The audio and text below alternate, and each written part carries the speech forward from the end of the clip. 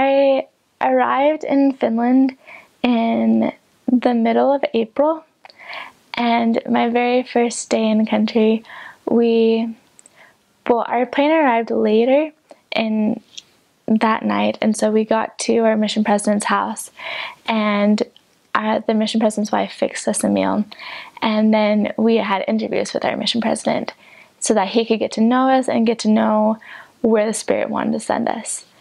And so we were all interviewing, and it was my companion and I, and then we were in a group with 12 elders.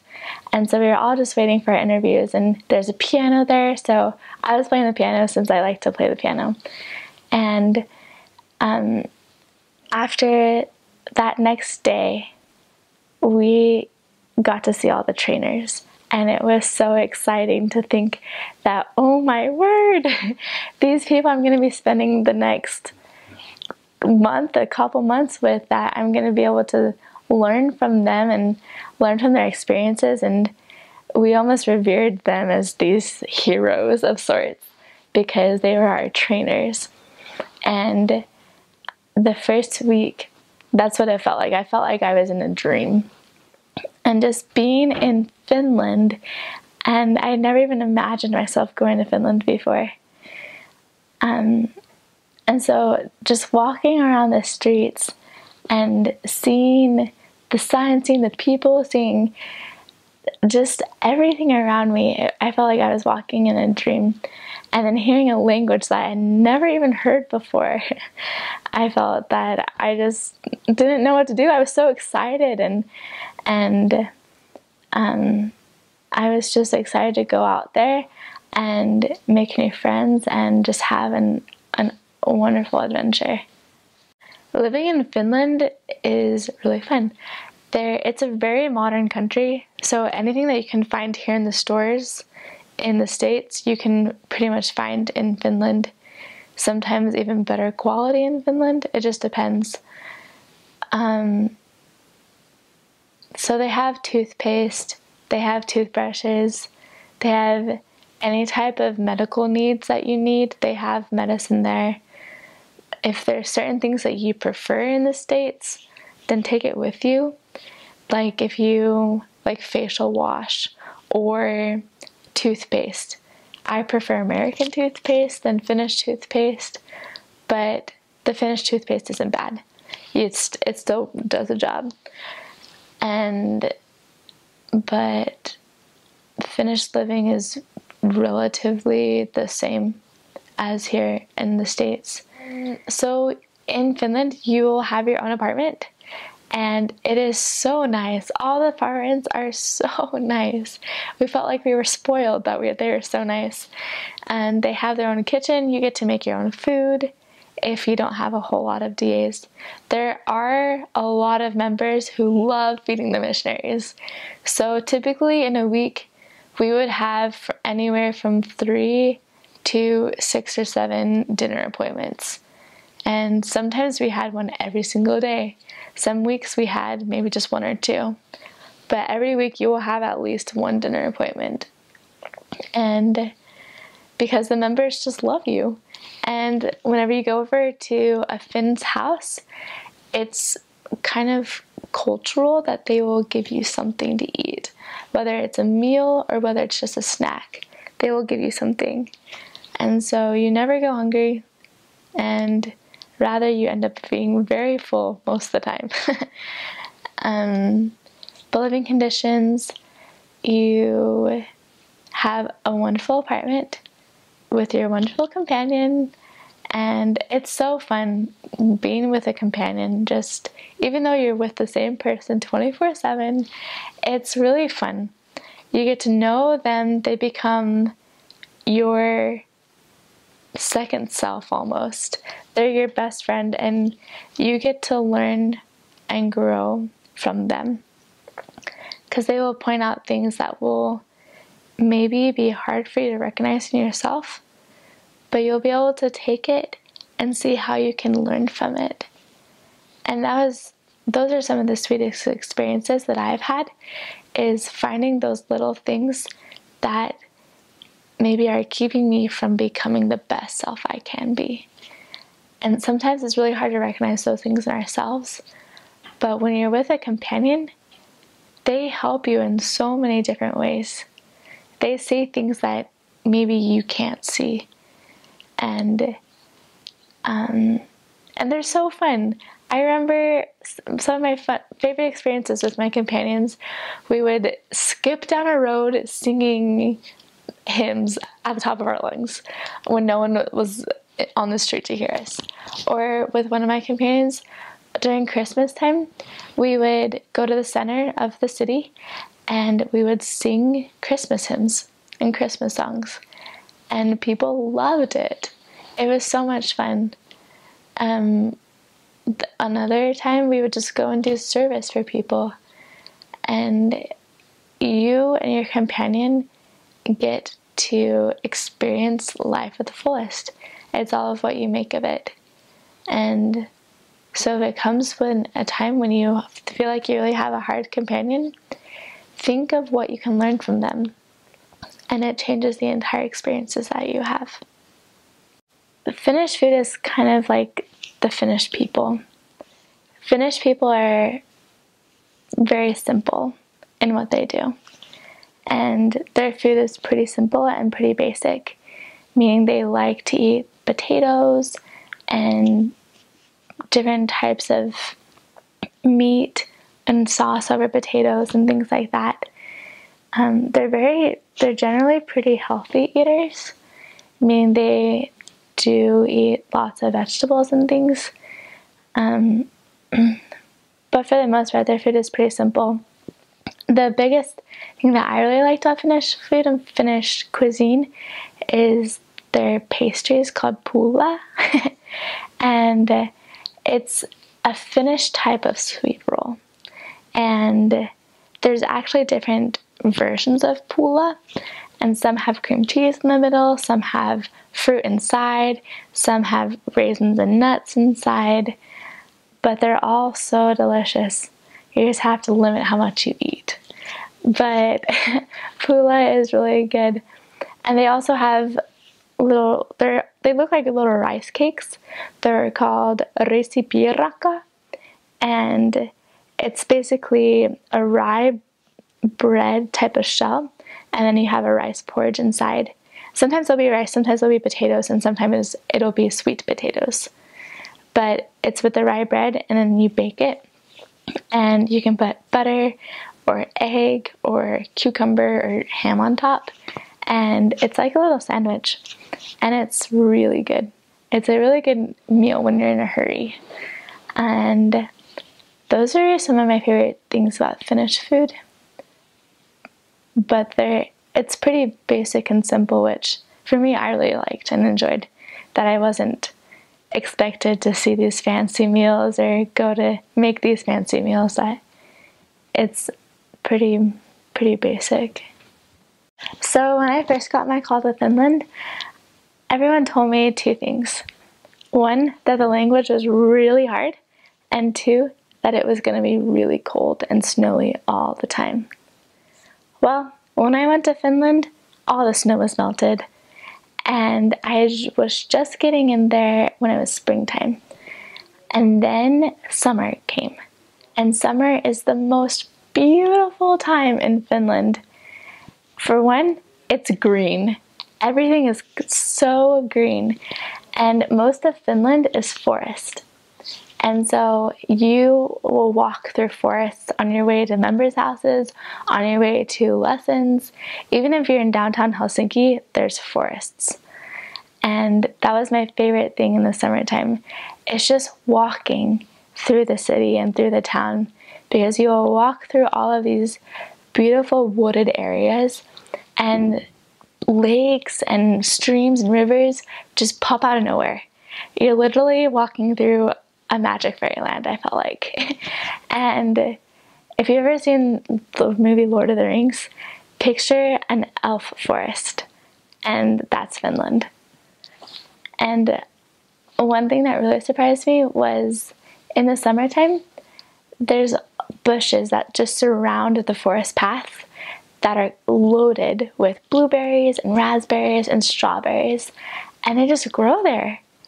and you can eat as much as you want.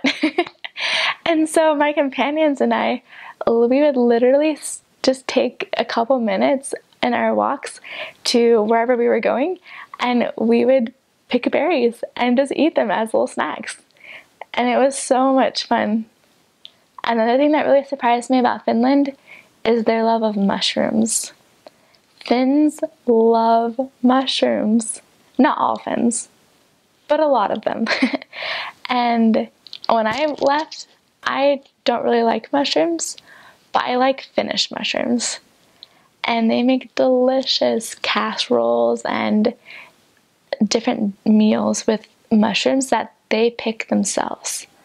They'll go out to the woods and just pick mushrooms, and they're delicious. And it's a popular hobby in Finland to go mushroom picking and also berry picking. They'll pick berries all summer, and then they'll store them for the whole year and use them for jam and ice cream toppers. Finns love ice cream, and Finnish ice cream is super delicious. But that was the biggest thing that surprised me, was how green it is and how beautiful it is. You are going to love Finland. It is so amazing. Don't be scared. Don't worry. Don't fear about the language. Don't worry about what you'll say or what you'll wear or what you'll do. Just have faith that Heavenly Father will help you, because He will. I personally can testify of that. He is there every single step of the way. And the biggest lesson you will have to learn is whether you are willing to trust in His guidance. Finland is the most beautiful country in the world. It's literally my home. My heart is still there, I feel like. And the people there will just love you to death. The members there are so excited for you to come because they need your help. There's a lot of work to do there. And there are baptisms every week. It's happening. There are so many good things happening. And just think, you get to be a part of it. So you just gotta go out there and become the type of person that the Lord wants you to become. And you will do great. I love the Finnish people. They are so genuine and so friendly.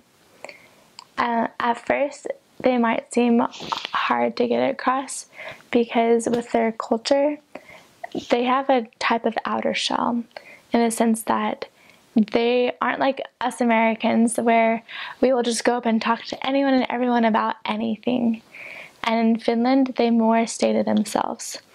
And they have lots of close friends, but they won't go out of their way to meet someone new. It depends on the Finn, but that's generally what happens. And so as a missionary, we would break this social norm every single day. And on transportation, we would just sit next to people we didn't know, and we would just talk with them. And at first, it was really pretty awkward because you're talking to someone that doesn't really necessarily want to talk with you.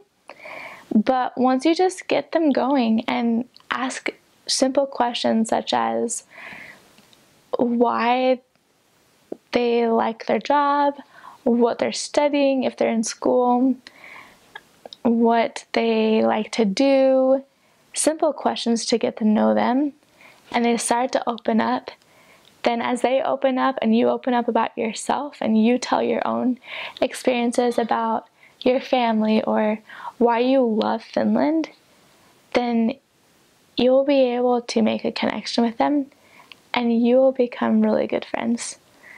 And that's what I love about the Finns, is because at first they seem that they don't appreciate what you're trying to tell them, and they might seem a little bit cold in some sense, but they're not. They're the most trustworthy people I know. And when they let you in, you're in for a long time. And they will trust you, and you can trust them with anything.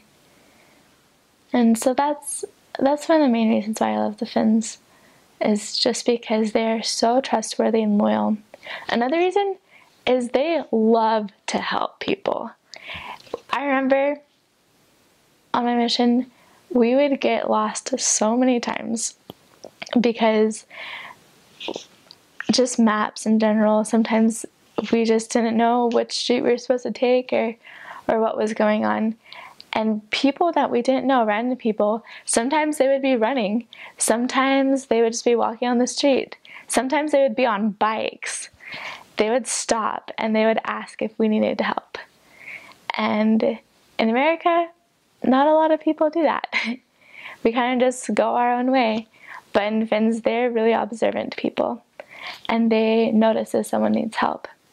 And we always appreciated when they did that. Finns are really polite people, and so when they offer you food and when they offer you things, it is very cultural that you take it and that you really appreciate it. And if you don't show appreciation for it, it's a little rude in the eyes of Finns. Another thing is, you'll learn more about this in the mission field, but at nighttime, especially around 8 o'clock, after that, a lot of people consider it rude to knock on doors. So Finland has an Independence Day. It's December 6th, and it's basically a day to remember how they've overcome the wars that have happened, how they've overcome the oppression brought by Russia, and how they've overcome the Swedish Empire. They mainly focus on the war that they had with Russia. That was in the early 1900s. And that was such a hard time for them when they were under a lot of Soviet rule and oppression that they don't really like to think about those days because it was really hard. And when you talk with the older generation of Finnish people, they do remember the war still. And they remember how hard it was. And they remember how they sometimes were sent to other countries for school and just to live, so that they didn't have to live in Finland during the time of the war. But now more of the younger generation, they don't remember the war because they weren't alive at that time. So it's changing a little bit in that sense, that it's not as much of a big problem now than it was maybe 50 years ago, when the war was still on people's minds. But Independence Day is really kind of a fun concept. It's a lot of military involvement. There's a lot of military involvement in that. They have a lot of processionals, and they have a really big, kind of like a memorial celebration in different cities. And so I served in the middle of Finland in a place called Jyväskylä, and we went to a celebration there in commemoration of Independence Day. And they had military leaders come in. We sang the national anthem with the army band, and we celebrated it like that. And there weren't any fireworks, there weren't any big parades. It was all pretty simple yet serene, in the sense that we really remembered why Finland was independent and why we were so grateful to be free. And it was more of nostalgic than celebration, which was really interesting and really fascinating to see. Because sometimes in the States we tend to just celebrate and go out and party, but in Finland it was more of the serene side of where the country had been, but where it was going.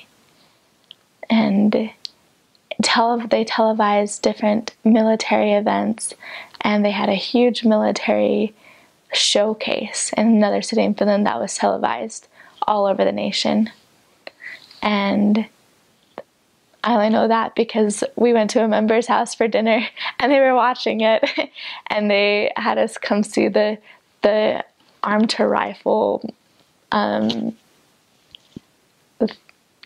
thing that was going on.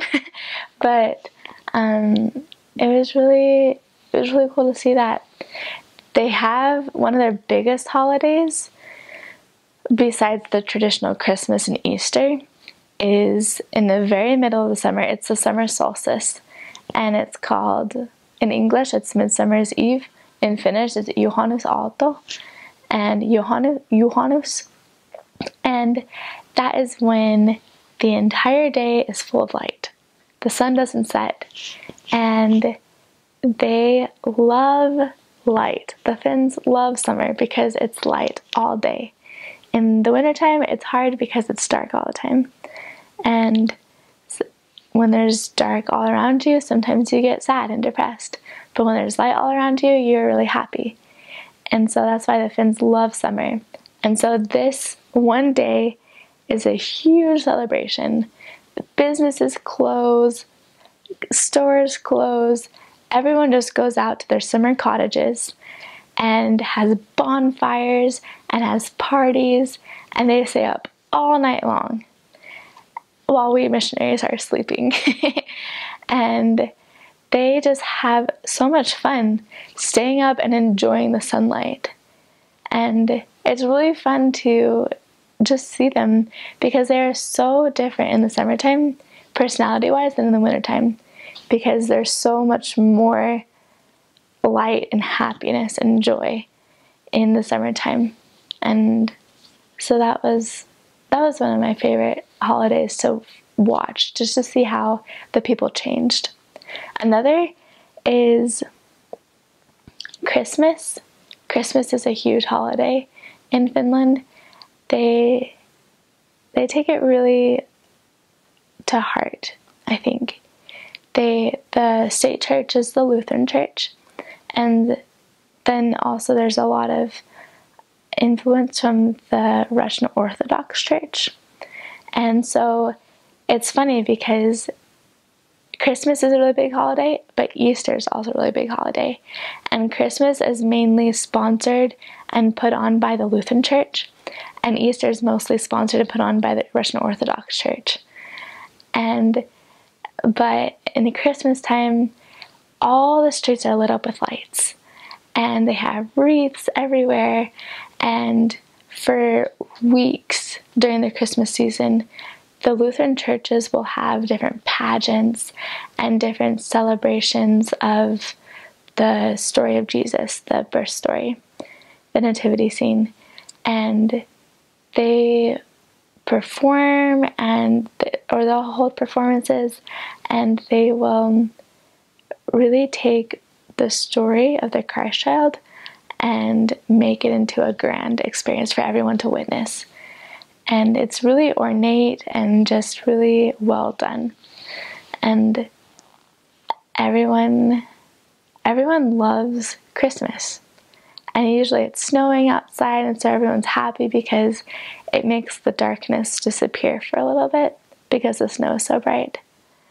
One fun thing about Christmas is their traditions. Everyone goes over to their families, and they will eat a huge celebration dinner together. And at night, this is Christmas Eve, Santa Claus comes to the house, and they will sing. He'll knock on the door, and then all the kids get so excited, and they just think, oh, Santa Claus is here, I'm going to give my presents. And the parents open the door, and Santa Claus comes in. And when Santa Claus comes in, everyone sings a song about Santa Claus. And it's the same song. You can go look it up online. It's all about joulupukki. And all the kids know it by heart. All the parents know it by heart. And it describes who Santa Claus is. And so they sing the song, and then Santa Claus comes in, he sits down, and everyone has a chance to sit on his lap and get presents. In Finland, a lot of people live in apartments, and so they don't have a lot of room or belongings, such as maybe we do here in the States. Their houses are typically well, if they live in an apartment, they will have one main room and then a bedroom, usually, and maybe another room for a kitchen. But sometimes the kitchen is in the main room. And so they don't have a whole lot of space. And so they use their space, what they have, really well. And they'll have bookshelves and different just appliances that will keep their space tidy. They're, for the most part, pretty organized and tidy people. But of course, there are exceptions, like in every culture. If they do live in a house, then it's still a pretty small house compared to sometimes what we see in the States, that they have a few rooms, and generally the houses are very different in style. And so sometimes they're really bright colors, so that when it snows, that not everything is so cold and dark, but that they have some type of cheerful color around them. But they're typically still really small houses. But they don't really like a whole lot of space. They kind of like their belongings to themselves, and then that's how they live. And so they don't really need a lot of other accessories and extra things around them. So the Finnish language, you've probably heard that it's the hardest language, and maybe you've heard that. Well, don't believe it entirely. It is difficult to learn because it is a foreign language, and there are different things associated with the language, such as the vowels are differently pronounced than in English. But it's not impossible to learn. It's definitely possible. And especially as a missionary, when you have the 24/7 aid of the Spirit, it is always there with you, and you just have to learn to rely on it. That was one of the biggest lessons I learned as a missionary, is that when we put our trust in the Lord, He helps us. And not only that, He will support you in anything you ever try to do. But you just have to learn to trust Him. And so it's the same thing with the language. It was definitely difficult to learn because it was so new to me. I studied French for probably about 4 to 5 years, and then I got called to Finland. And I didn't know what to think about. I thought I was going to go French speaking, but I went Finnish. But I'm so glad I did, because it was the most treasured experience I've had. The reason maybe it's why people think it's hard is because each word can change in many, many different ways. And it just depends on what you're trying to say and where you want your sentence to go, if that makes sense. But you just have to put in the time, a little bit of time, and you will have an hour each day, at least an hour each day, to study the language. And the members and the Finns are so helpful. It's the best way to talk with anyone, on the trains, on the buses, even on the street, just asking people language questions. It was my favorite way to just approach someone and say, hey, how would you say this? And you can even say it in English. And all the Finns know English really well. But when you try to speak their language, their connection with you deepens. And they realize that they can trust you because you are putting yourself out there. And you are trying to learn their language, which they recognize is that it is a difficult thing to do, and they appreciate it a lot more. With transportation, we usually used public transport, such as buses, trains, railway cars, and especially in Helsinki, we used a lot of different types of trains, whether it was the metro or the railway car or the commuter train to the greater Helsinki area. And it is the best way to contact people, because you can get on a bus or a train and sit next to someone that you've never met before. And it's your chance to show them who you are, but more importantly, it's your opportunity to let them see who Christ is through your example. And it's all in the little things that you do and say. And it's how you ask them how their day is. It's how you get to know who they are as a person and get to care for them and show them that you really do care for them and about them. And that was one of my favorite ways to contact people, is just to get on a bus and sit next to someone, ask them a language question, ask them just how their day is going, and become their next best friend. And you get to meet a lot of amazing people just from being on public transportation. Other ways of transportation that we use were definitely bikes. There's a lot of bikes used in the mission. In some areas more than others. But I definitely rode a few bikes. And it's fun. I love riding bikes. Also walking. We walked a ton. And definitely was a good form of exercise. It kept me in shape. Woo. But it's a good way to contact people too, because you can just walk down the street and the next person you see, you just ask them how their day's going, or ask them a language question, or ask them why the flag is flying. In Finland, they have certain days where they fly the flag, the national flag.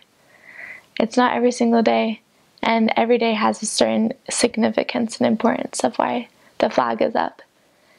But you can ask any questions. You can even just comment about the weather. The Finns love just talking about the weather.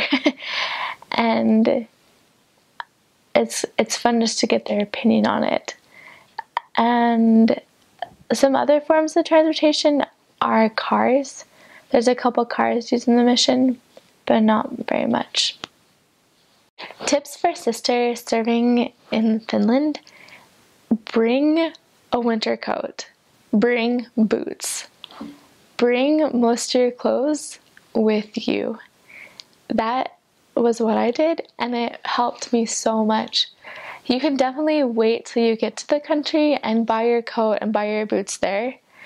But as a missionary, you don't have a lot of time to do anything other than preach the gospel.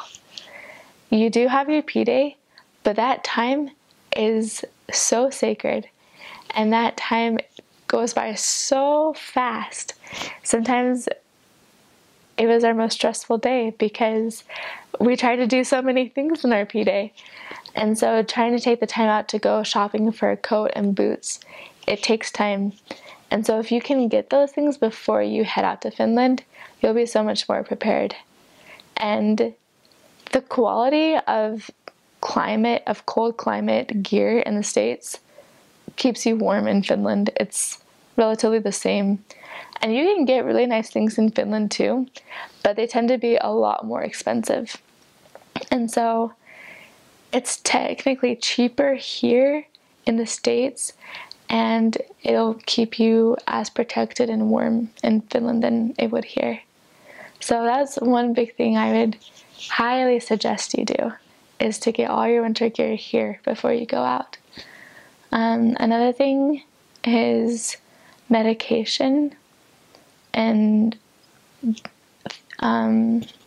pills like that. They don't carry Tylenol in Finland, so if you can, take all your medication that you'll need for the next year and a half with you. That means vitamins. Take your vitamins. Make sure you have a huge thing of D3 vitamins. They call that the sunlight pill in Finland, and it helps you so much. If you don't take your vitamins, you don't feel well. And if you don't feel well, you can't feel the Spirit. And if you can't feel the Spirit, you can't teach. And so take your vitamins, take your medications, make sure you have enough to last you for the whole year and a half. Bring lots of warm socks. You'll run out of socks and tights so fast. I think in a month I ran through 3 or 4 pairs of nylons. And because you wear them every single day. And so bring lots of socks if you can. bring lots of different pairs of tights. Ooh, another thing, this isn't essential, but if you can find skirts with pockets, they're so handy because you can put your planner, you can put pens, you can put the companionship cell phone in pockets, and it's so pass-along cards, you can put those in your pockets, and it's so much easier to just dig in your pockets and pull something out rather than search in your bag or whatever you have. And that is just right there. Also, you're not allowed to wear backpacks. It's a first presidency rule. And so when you get a bag, there's lots of different bags, but make sure you get one that's sturdy, but one that maybe has a thicker strap so it won't cut into your shoulder. And some of the really good bags that you can get, they're sometimes more expensive, but they're more of the outdoor gear bags. But I got a just normal bag and it lasted me for my whole mission. Get a bigger bag so you can preach my gospel and your scriptures in it.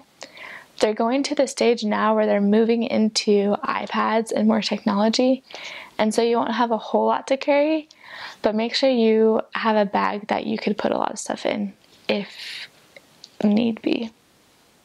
One of the craziest things about Finland is their consumption of alcohol. They tend to drink a lot of alcohol. It depends on the place and it depends on the person, but there's a lot of Finns who really like their alcohol.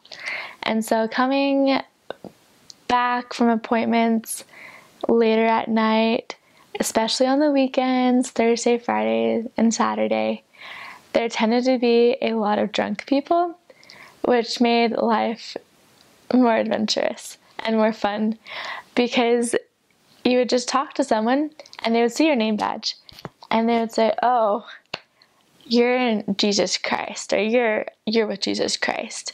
And you would say, yeah, I'm a representative of Jesus Christ. And they would say, oh, well, I'm at rock bottom. I don't really need your help. And it was always funny just to see the reaction. And because when they're drunk, they are not themselves. They are completely different people. They'll actually talk with you. And it was funny because they would just do the most random things, such as singing on the train, dancing on the train, and Finns do not do that. They are to themselves, almost like a cutout. But when they're drunk, they are flailing, and it was so funny. But definitely it was so important that I had a companion there with me because you knew that you were safe. You were always safe. And Finnish people, they won't touch you.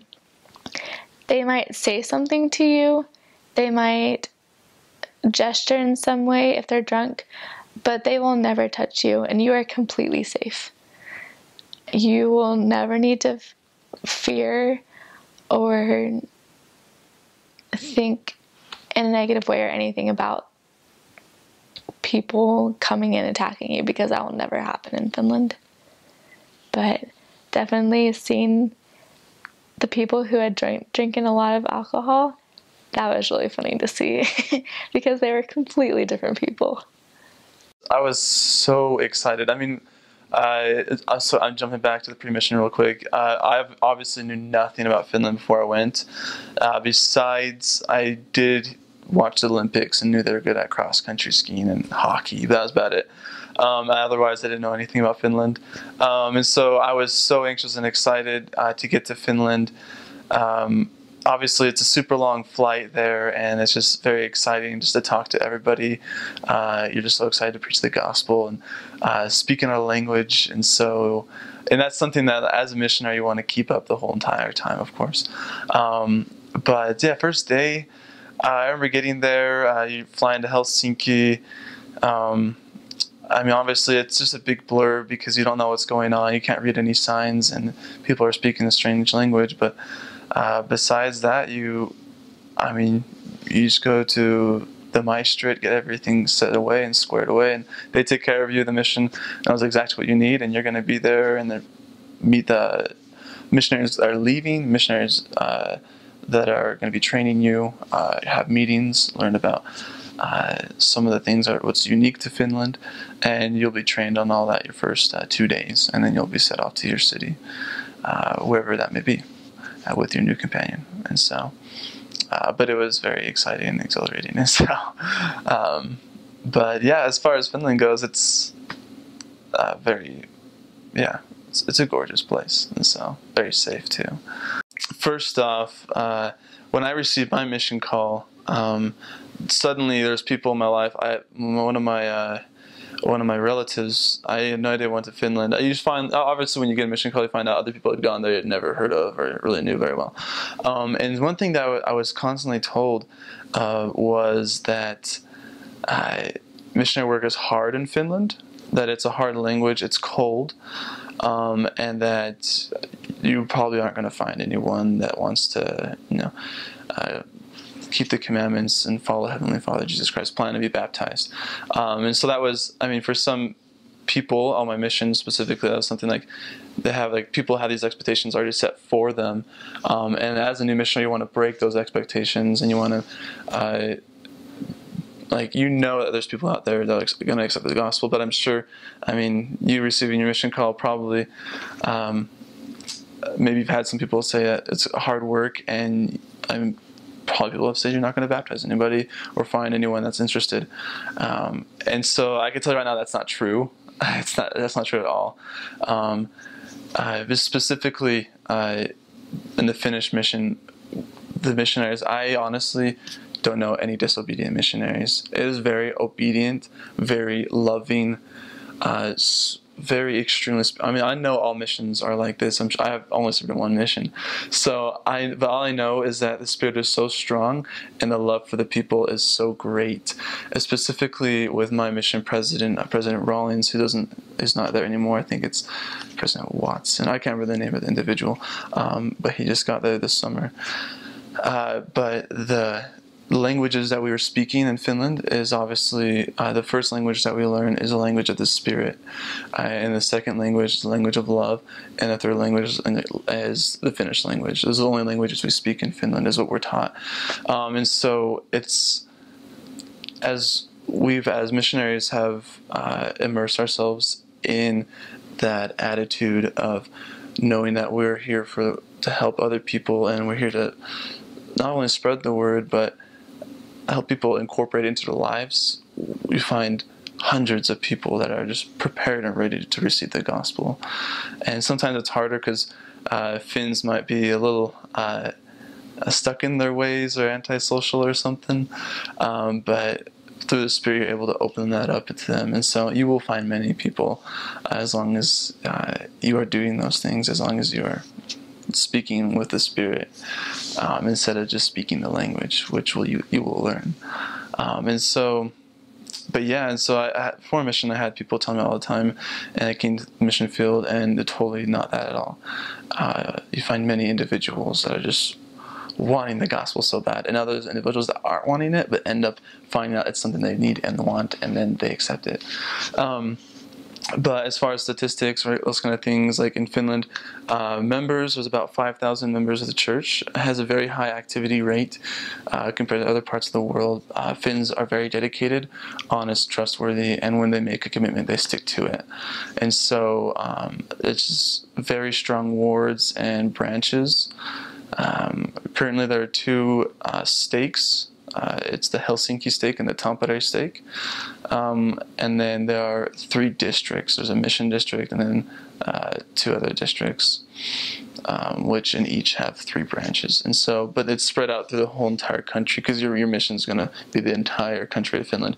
The highest you'll go is a place called Rovaniemi, which is just right above the Arctic Circle. Oh, I think it's just below, actually. I never served there, so I don't know. But yeah, as far as those things go,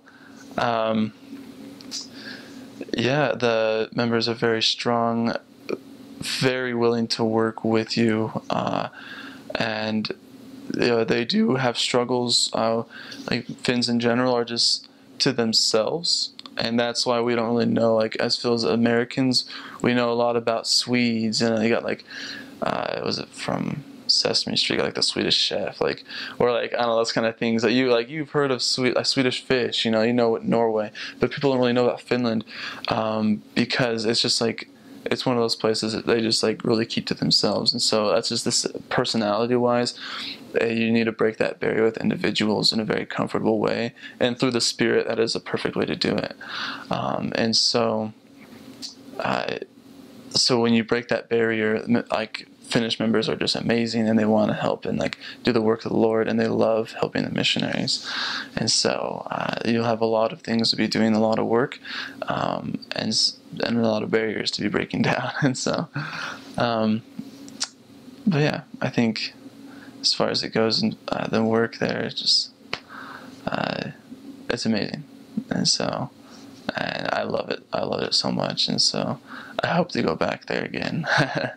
You have to prepare yourself. Things are very expensive in Finland. So the church obviously will help you with that. They'll make sure that you are provided, because you get a monthly amount of, I guess it's not an income, but it's just like they give you a certain amount of euros to be spending that month on food and supplies. Your rent is already paid for by the church, if you don't already know that. You don't have to worry about paying for it. Like, you don't have to be signing out checks or anything like that. So the only thing, you're going to give a certain amount of money. Things are expensive, and so you'll learn to be very frugal. You'll go to more of the cheaper stores. There's a German store, it's great, called Lidl. And so very cheap things, and you'll just learn how to, if you go out to eat, you will not have enough money. You'll lose all your money in 2 weeks, easy. So it's very expensive. So you learn how to do that. You learn how to cook, because you're going to have to cook unless you want to eat, I don't know, garbage. So this is many skills you're going to learn. Plus, they don't have dishwashers. So they could have dishwashers. Some places do, but they do everything by hand. That's just a random thing they do there. As far as culture, all those kind of things with Finland. So people are very traditional. They have, honestly, and they're very ordered, and generally very ordered, and have like a set of rules or things they live by and they do that they have always been doing. And so I guess to start off, a quick history about Finland. So Finns, they don't have good feelings towards Russia just because of World War II with the Nazis and everything. Finns are actually, I guess they agreed with the Nazis so they wouldn't get conquered, to do shipbuilding, other kind of stuff, and also like supply them with certain things so they wouldn't be conquered and by the Nazis. And so, but then at some point during the war, Russia just was like, okay, whatever. And so Russia, actually, the Nazis didn't, but Russia decided to attack Finland. So you ask Finns, and they love telling you all about this, because it's honestly a huge part of Finnish culture. I mean, the Finns population is now it's 5.4 million, but at that time, I don't even know, it's probably like 4 million or maybe less. And Finns are very spread out as far as the cities. You'll have a city and then like nothing forever, and then a city. So people are living very far away from each other. But anyway, a smaller population, you have this huge, you have Russia come attack Finland on the eastern border, and so they call it the Winter War, and it's just a war where Finland held off Russia. The temperature at that time, it was one of the coldest winters, and it was about negative 42 degrees Celsius or something. Very cold. I think it got colder. I could be wrong, but it was extremely it was freezing cold, and so. And the Finns pride themselves being able to outdo Russia with the weather and everything. And so, but anyway, yeah, so the Russians attacked Finland, and Finland held them off and pushed them back, but they ended up losing an area of Finland, a large area, you could say, a nice little sliver on the side, and they call it Karelia is what it's called in English. And so, and you'll learn all about the culture with the Karelians and what about them and that kind of stuff as you're in Finland, what makes them unique, and as far as language wise, and there's a lot of things of that. But anyway, so they were conquered. I mean, so that part of Finland was taken, and so they don't have good feelings towards Russians really at all. They don't like Russians too much. But you will have an opportunity to serve near the Russian border in a place called Lappeenranta. It's about 25 kilometers from Russia. Then there's also Joensuu and Savonlinna, which are also just a few hundred kilometers. But anyway, so that all ties. You come to Finland. They're very, since being a very ordered people, they have a very strong political view. They're very, you could say they're liberal in their thinking as far as it goes. So politically wise, so they have high taxes. I think it's about 42% tax, and I think it also depends on your income. Very high taxes, but medicine is free, and so that's so anything like that, you go to the hospital, it's all free. It isn't very high quality, but it is, like, throughout Europe, it's one of the higher quality medical places. But since it's free, they don't pay doctors or those kind of people. I'm a pre-med student, so I studied this a lot when I was there, but they don't pay very high for those kind of professions, and so not many people go into it. And so then it's not the highest quality, but it's free, and so that's why people love it, and it's good enough quality for where they are. It goes, when you meet a Finnish person, a common thing to do is you always give them a handshake and a nod, not like a full body, a nod, and they usually will tell you, you always say your name. Sometimes they'll say the last name, then first name, or just your first name. It's very common, and that's how you learn people's names, and you need to remember their names. It's I mean, obviously in any kind of culture, it's sort of rude to forget their name. In America, we always ask people their names and forget 2 seconds later, and so that's what I do. And so that's one thing as far as etiquette, you could say.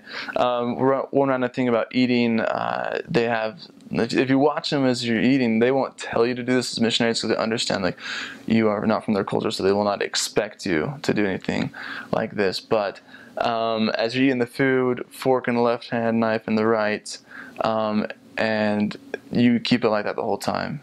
In America, we do it a little differently. You usually cut it with the right hand, and then you place the knife down, put the fork in the right, and then you eat it. In Finland, it's way different. You very, very rarely will you eat anything with your hands. It's dirty. And so any kind of time you have a meal, there's always a main course, and always, no matter what time of day, there's always a dessert afterwards. Whether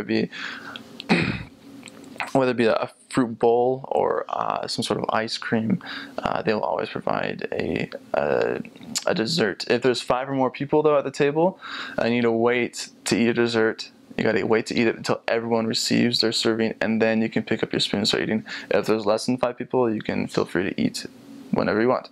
And when you receive your food, whenever you receive your food, you're allowed to start chowing down immediately. But if there's more than 5 people, for the dessert, this is the rule for the dessert, not the main course.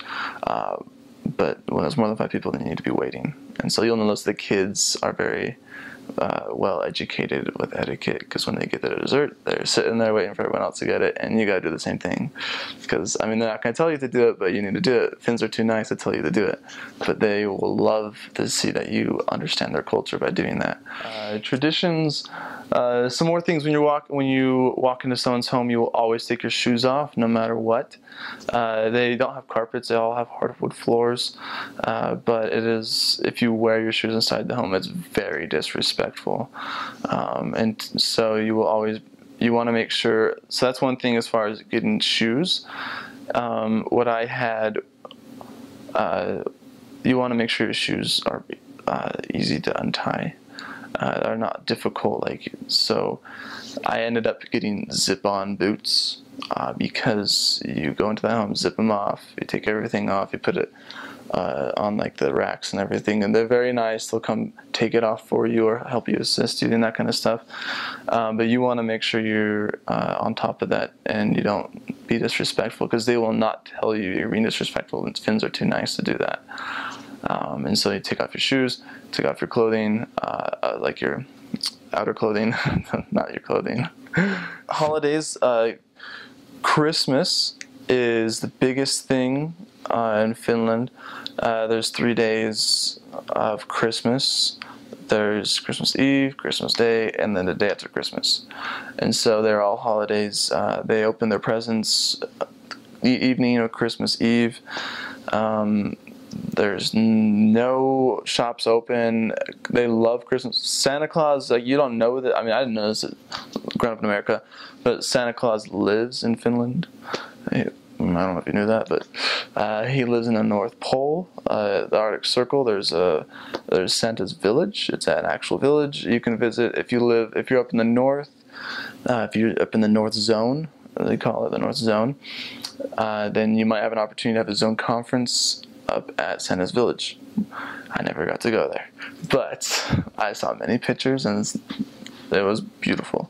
But yeah, Santa's up there with his elves and everything, and it's the biggest thing. Christmas, everyone has a Santa Claus come to their home, give the presents, and during Christmas, they, as far as food, they eat the casseroles or different kinds of meats. But it's not like in America how we'll have tons of lights and like this huge thing. It's more of a mellow, relaxing kind of time.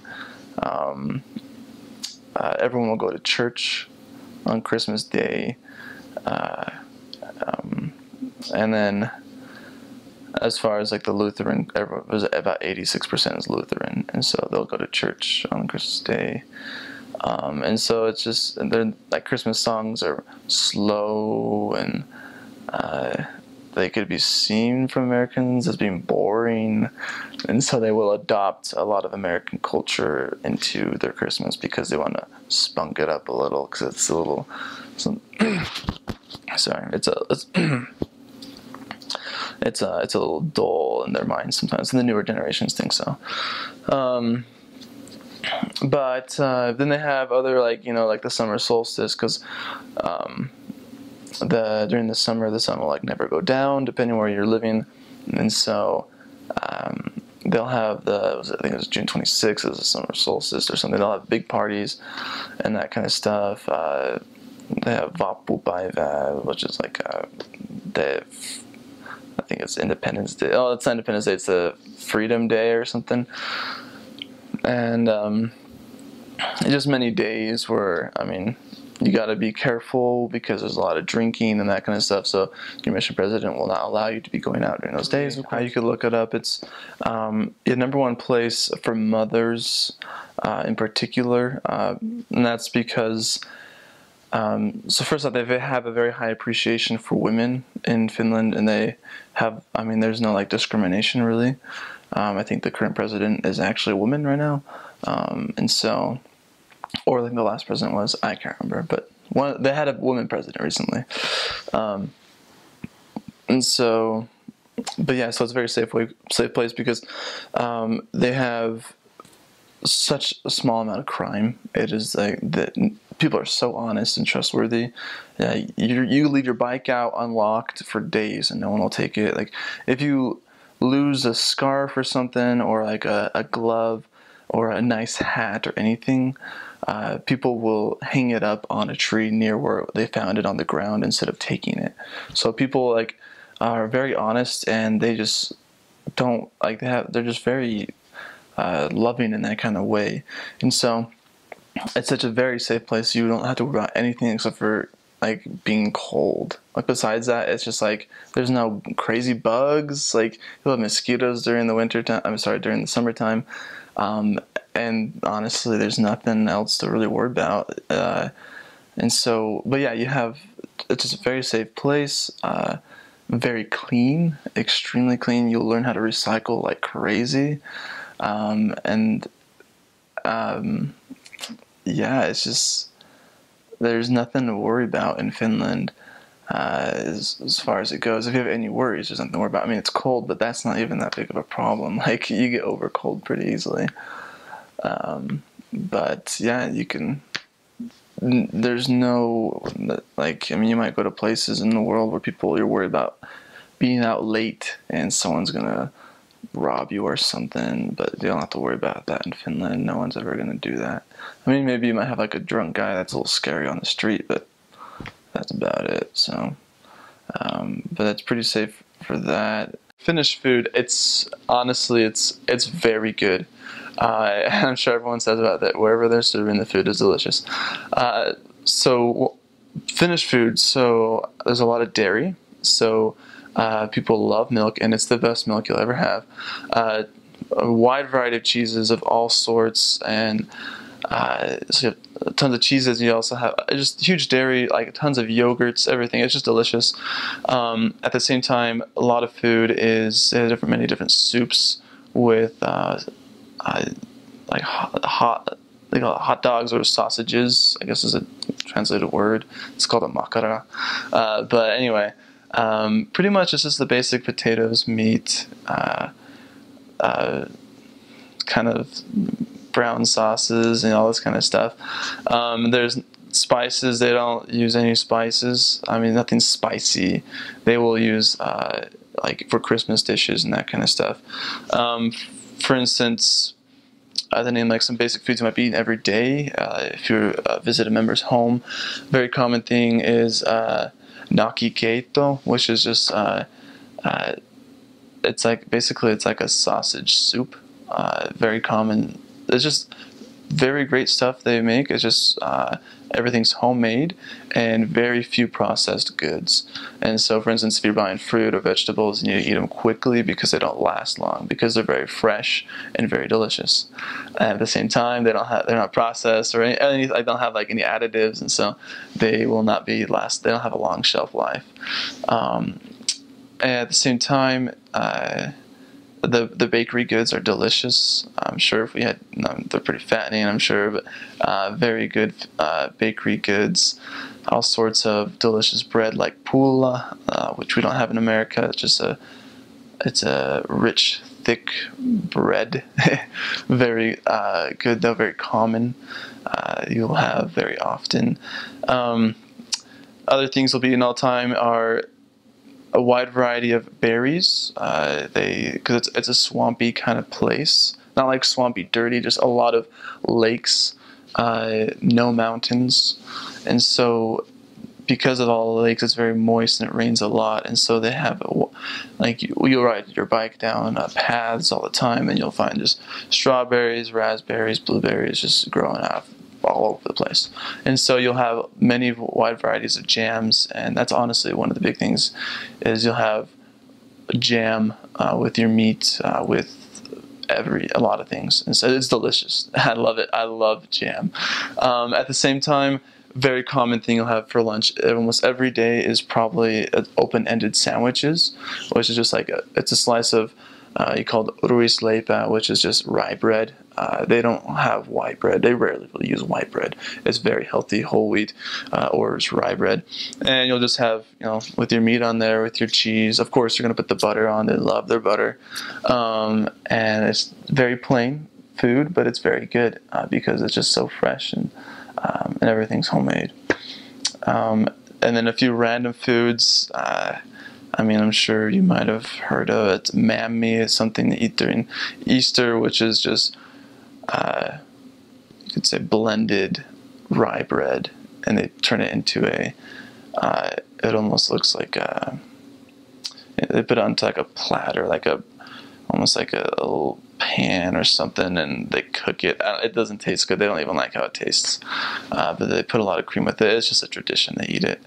And so you eat that once a year for Easter. And then Christmas, you'll have casseroles like crazy. My favorite dish in Finland is liver casserole. Sounds gross, but it's really good. I love liver casserole. They're so great at making liver. You go to restaurants, order liver. It's very good. And so liver casserole is pretty cheap, and members will make it for you, or you can buy it at the store for, I think it's 99 cents or something. Anyway, I would get it all the time. And you have liver casserole, you have carrot casserole, potato casserole, then you have other ones of like certain things that we don't have in America. But yeah, and then delicious drinks, a lot of juices. And Finns drink a lot of coffee and tea, but obviously we won't be drinking that as missionaries. And so they have delicious juices of wide varieties, and the snacks, everything is good. I didn't taste anything that was gross besides the traditional food that they eat that's gross on purpose, at least in my opinion. And then you have porridge and that kind of stuff too. So everything is just great. You don't have to worry about anything. And you'll eat plenty of fish. I forgot that. Salmon. I love salmon. It's so good.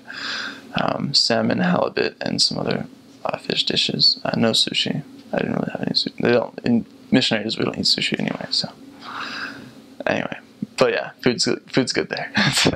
So Finnish, like, people will tell you it's like everyone always says it's like the hardest language to learn in the world or something like that.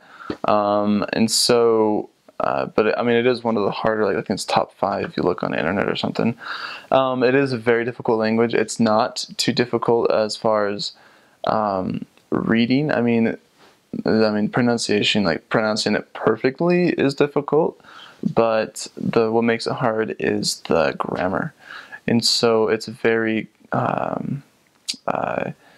it's just very complex and in depth, and so and it's hard to just say that and have you understand what that means. But as an example, cases, every language, even English sort of has cases. They're just sort of endings that you add onto a word to indicate different kind of things.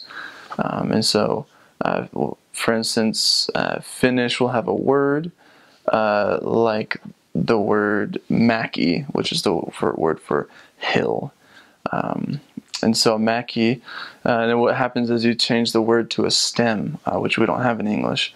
I think Spanish might have stems, but you change. So so you have mäki, and then the stem is mäke. And then what you do is you put a case. So you have about 16 daily use cases, but then you have you have a bunch of other endings that you can call cases. There's a total of 84 of these. You could technically call them cases, like the nut case or meaning or different kind of things, which bring meaning to words and change them. But as far as, you will need to understand a lot of those. And so if you want to be speaking with people.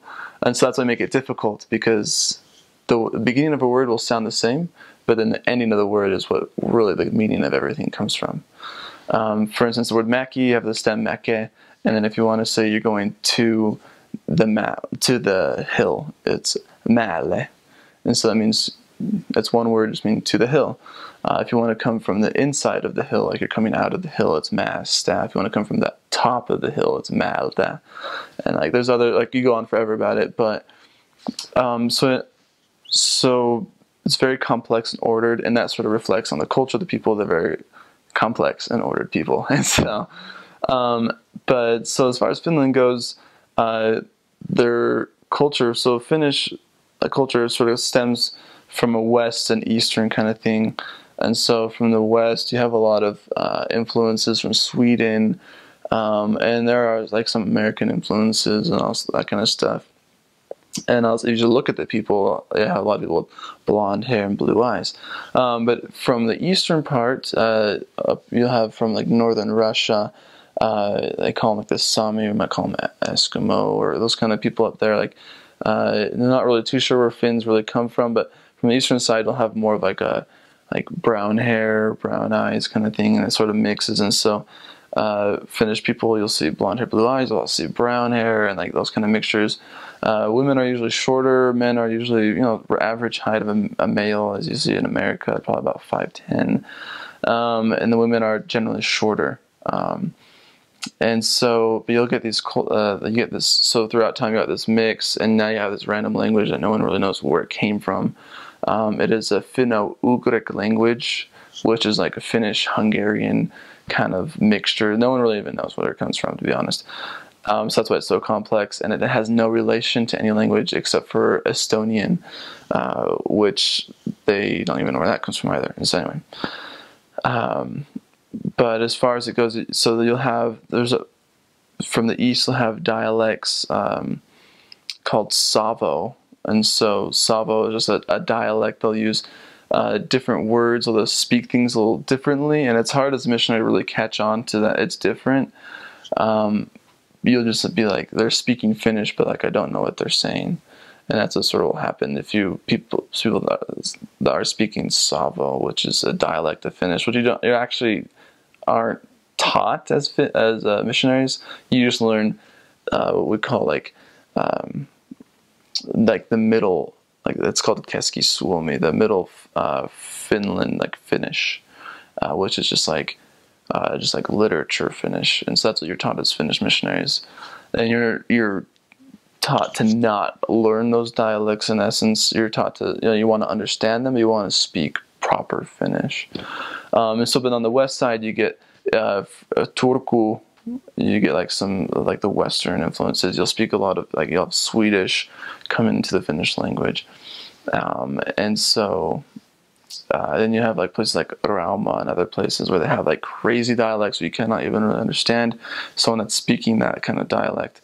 But yeah, but it's pretty interesting. Like in America, you'll have, like we'll speak Western English, or maybe those kind of things. You have like the Southern, but you can understand each other. It sounds a little different though, and that's a similar kind of thing they have in Finland, but they will end up saying words pretty different and like cut off endings, and so it gets a little. If you meet people that are like 50 years or about of the age 50 or older, they will be speaking those dialects more purely than people that of a younger age. Usually people of a younger age will just speak Finnish, just like how it is supposed to be, with a lot of slang and stuff. But yeah, one more thing is you have literature Finnish you learn in the MTC, and just throughout the entire time, and that's what is the Book of Mormon is written in the Bible and everything, and also most literature. But no one speaks that. People speak spoken Finnish, and so that's what also makes Finnish hard.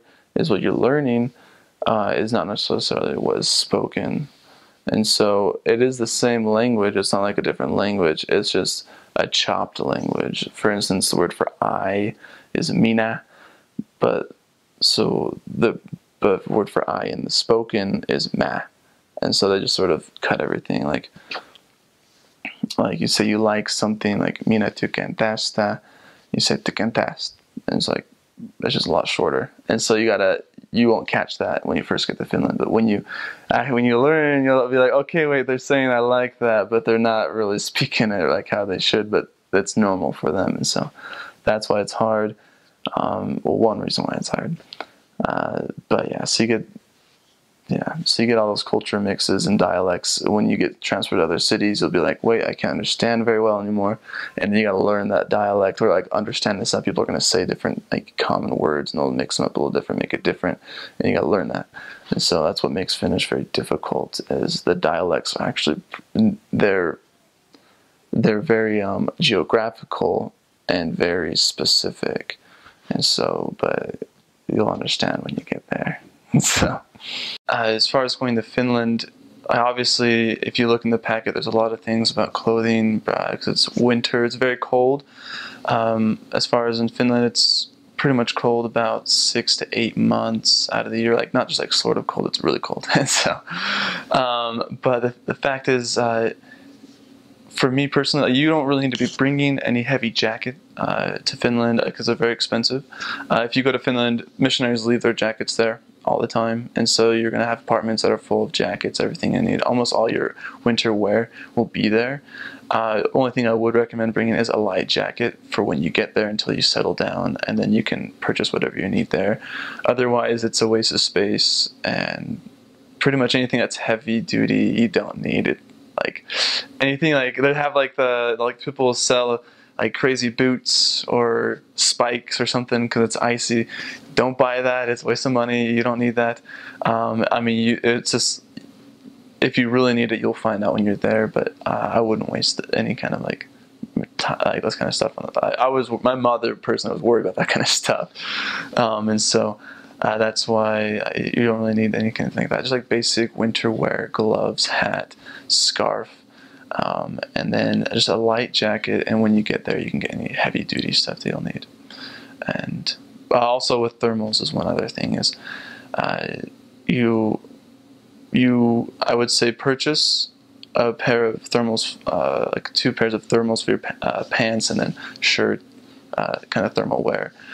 Usually you probably wouldn't get like garment thermals because they're not very comfortable, because you go inside people's homes, it's warm, and then you overheat because of it's just better to have just separate pieces of like clothing for the thermals.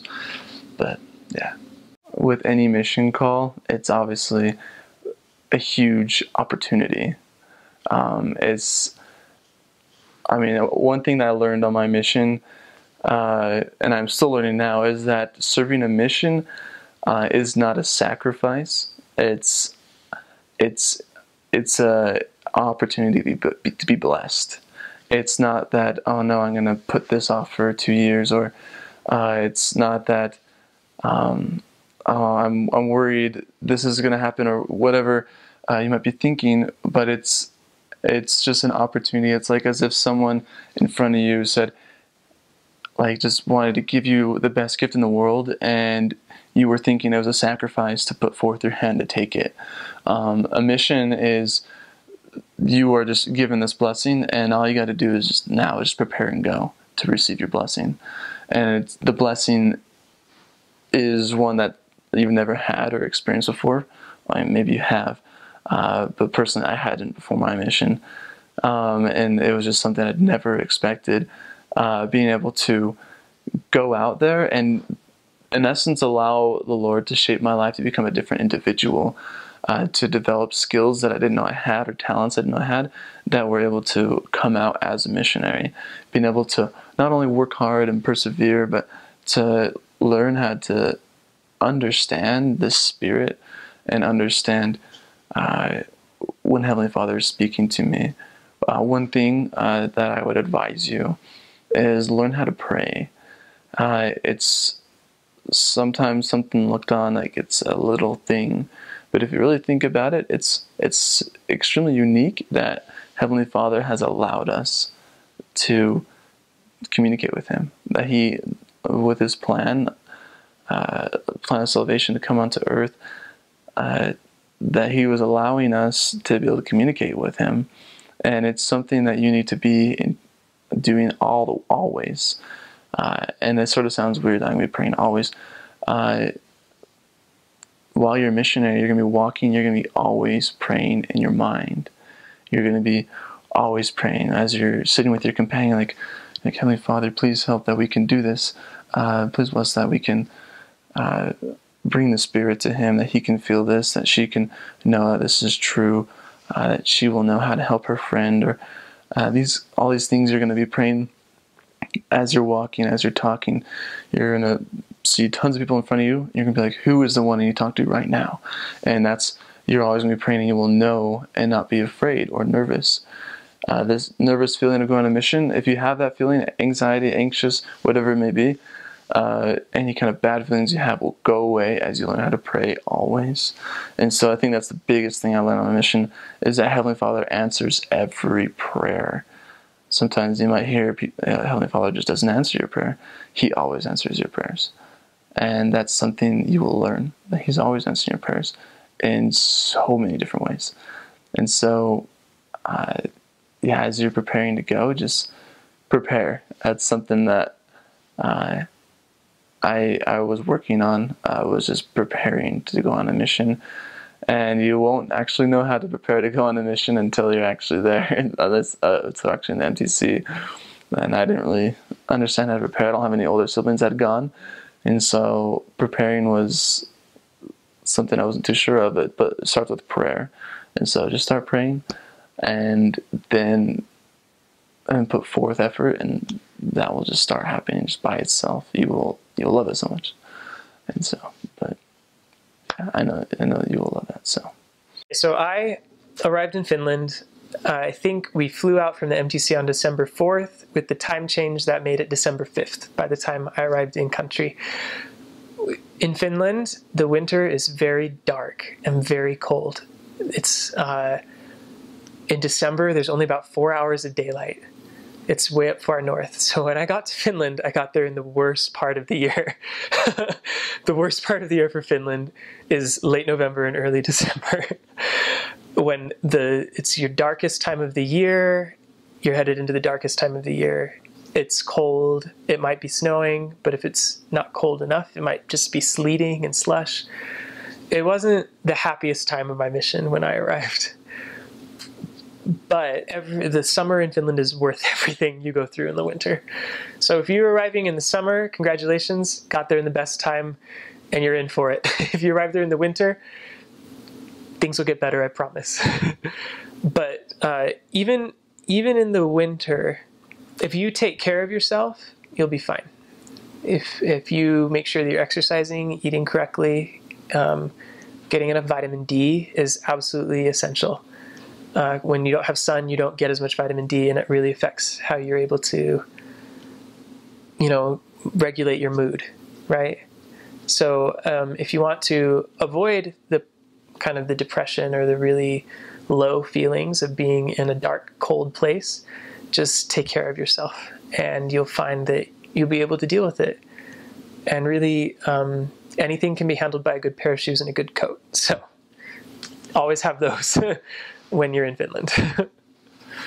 If you've been called to the Finland Helsinki Mission, which is heaven on earth, missionaries have been in Finland since the beginning of the church, but the current mission was established in 1947, so after the war. So that's almost 70 years now that the church has been a presence in Finland. I believe there are still 30 boards and branches in Finland, as far south as Helsinki, the capital city, and then as far north as the branch in Rovaniemi, which is on the Arctic Circle. And that's probably about as far north as you'll go. When I was a missionary, we had enough missionaries for one companionship per unit of the church. That's not the case anymore with the increase in mission numbers. So you'll have a lot more missionaries than I ever served with. But there are 2 stakes, one centered in Helsinki, one centered in Tampere, 2 districts, one centered in Jakobstad, and the other centered in Oulu. And then there are 3 mission branches in Kuopio, Savonlinna, and Joensuu. And those are administrated directly by the mission president with no district council or anything like that. Since the mission started in 1947, most of the members of the church from the early days of the church actually moved to America. So most of the members currently in Finland are like 3rd generation members. There's one family in Jakobstad that has 5 generations of the church. So the church is established in Finland, but it's also young in a way. The history of the church in Finland, of the modern church, only goes back to 1947. The cool thing about Finland and the Finnish saints is that they love history. So every branch you serve in, you'll be able to find some books that the church members have written or have had written about church history in Finland. So if you're interested to learn more about that, you can probably find a book about it in your building library in whatever branch you serve in or ward, which I think is pretty awesome. And it'll really help you have an appreciation for, like if you're ever getting down because you're not finding a lot of people to teach or you feel like no one wants to listen to you, to be able to read about the heritage of the church in Finland in the latter days is really, really special.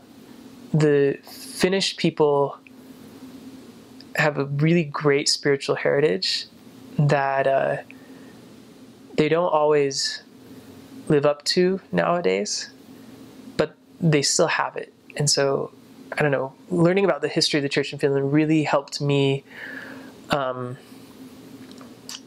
grow to appreciate the people I was serving, both in the church, but also the Finnish people in the nation. I really loved it.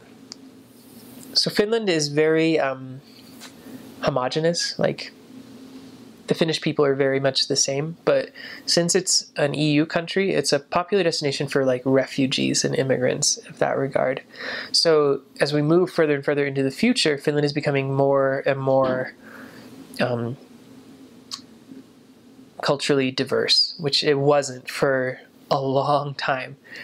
So you'll meet a lot of refugees who don't speak English or Finnish, but they will let you in and you can try and talk with them. You know, they're very nice, and you know, don't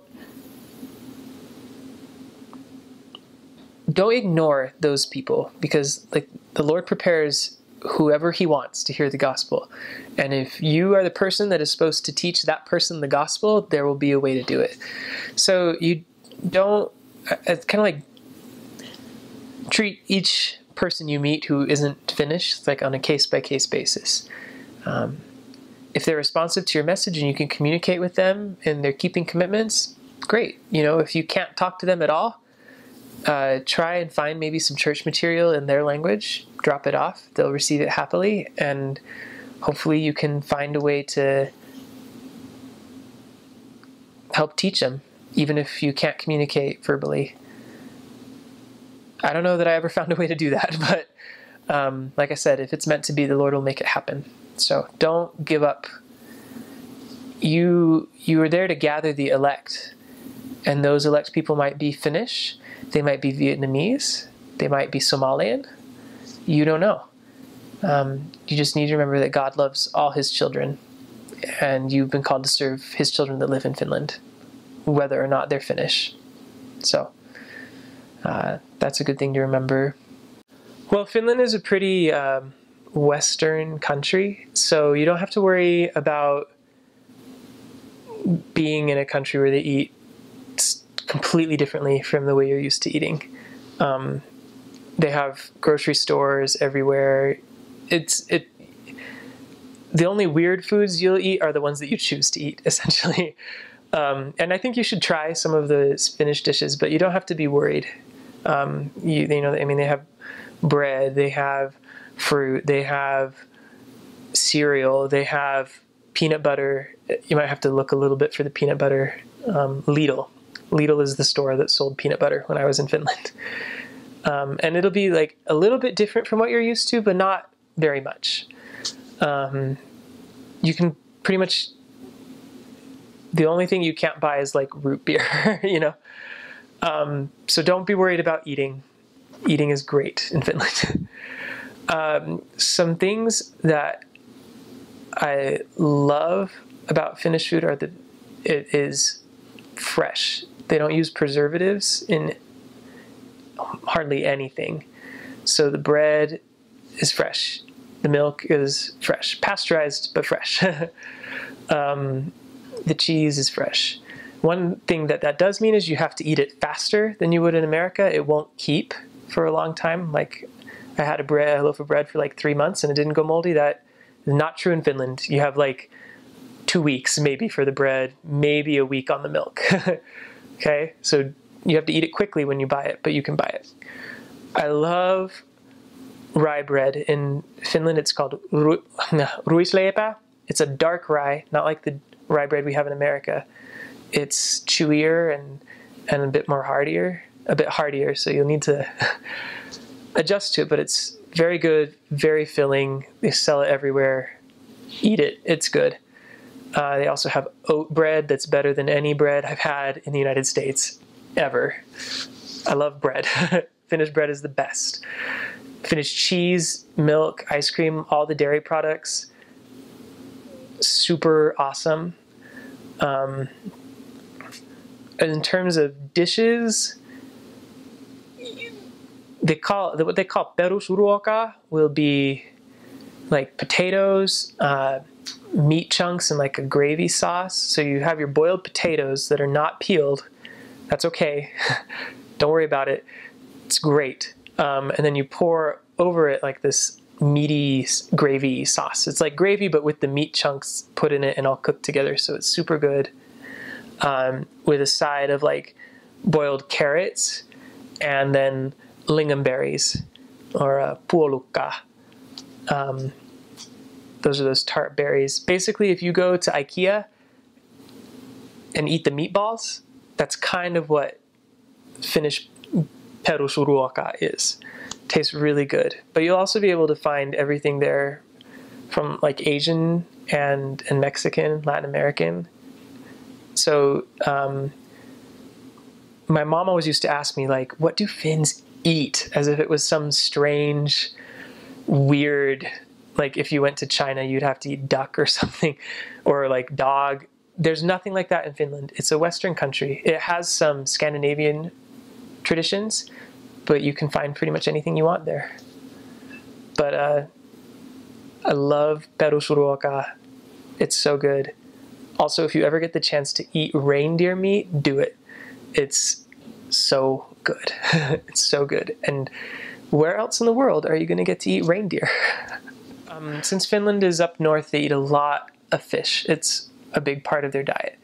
If you don't like fish, I didn't like fish. I still don't really like fish, but I could eat fish now. Salmon, they eat a lot of salmon. And it's actually really good in Finland because it's so much fresher than you would be able to get in many places in the United States. So the salmon, eat it. You can just like smoke it. Don't eat the raw smoked salmon, eat the cooked smoked salmon. Depending on your mission president, you might not even be allowed to eat the raw salmon. What else? There's lohikeitto, which is this cream-based soup that they make with the salmon and potatoes and dill, and it's really good. So good. There's one fish dish that you should definitely try when you're in Finland, but I'm not going to guarantee that you like it. It's called silli. And what it is, it's pickled herring. And it comes in a variety of flavors. You just got to try it. You might like it, you might not, but it's something you definitely have to eat at least once. Also, there's an Easter dish called mämmi. It's I don't even know, it's made out of rye. It's supposed to be a dessert, but you have to put a ton of sugar on it to make it sweet. If you tell the members that you haven't eaten mämmi yet, they might just force it on you right then and there, so just be prepared for that. And it's not bad. I like mämmi. Finnish winters last from like October to March. That's a long time, especially if you are from Utah. Winter might feel long in Utah, but I guarantee you it's longer in Finland. If you're from anywhere that's south, you have no concept for how long and dark the Finnish winter is. You gotta know that right now. And you'll be outside in all kinds of weather. It's snowy, sleety, rainy, dark, cold in the winter. In the spring, it rains and rains and rains. One thing you'll notice about Finland that will be shocking to you if you didn't grow up in places like this is how many trees there are. I grew up in a desert in California, so everywhere you look, forest, like pine trees and birch trees and flowers and meadows and fields and beautiful, like in the middle of the city, there's this kind of stuff. But what you may not realize is that to get that green, it has to rain a lot. So the spring, summer, you'll be in the rain. In the fall, winter, you'll be in sleet and snow. And there will be beautiful, gorgeous days too. Those days seriously make all the other stuff worth it. Summer in Finland is the best summer in the entire world. But you need to make it through those winters in order to enjoy the summers. So make sure that you have nice boots or a really sturdy pair of shoes. In Finland, when like the sidewalks and stuff ice over, or when the snow gets packed down, they don't throw salt out. They throw gravel, and it embeds in the ice, and it can really tear up the bottom of your shoes. So don't worry if like walking around one winter in Finland you come out with like really terrible shoes and you have to buy a new pair. You can buy a new pair of shoes. You can buy some boots that are really thick soled that won't be affected by the gravel as much. That's the first thing you need. The second thing you need is a really great coat. It needs to, you have to have a warm coat or you're not going to make it. You're not going to make it. A good scarf to keep your neck warm, a good hat to keep your ears and head warm. Basically, if you are dressed for the weather, you'll be fine. The Finns dress for the weather. Everyone's like, Finns can stand the cold. I'm like, well, they can stand the cold or they can't. The point is they know what to wear in the cold. And so you need to know what to wear in the cold because you'll be out in the cold. You have to be. You have to be talking to people in the cold. In terms of well-being, because the sun is pretty much, you only have about 4 hours of sun and it's really pale in the winter time. One thing I didn't realize until I was halfway through my mission is that vitamin D is really important for being happy. And when you don't get it from the sun, you have to get it somewhere else, or it messes up your moods, it messes up the way your body works.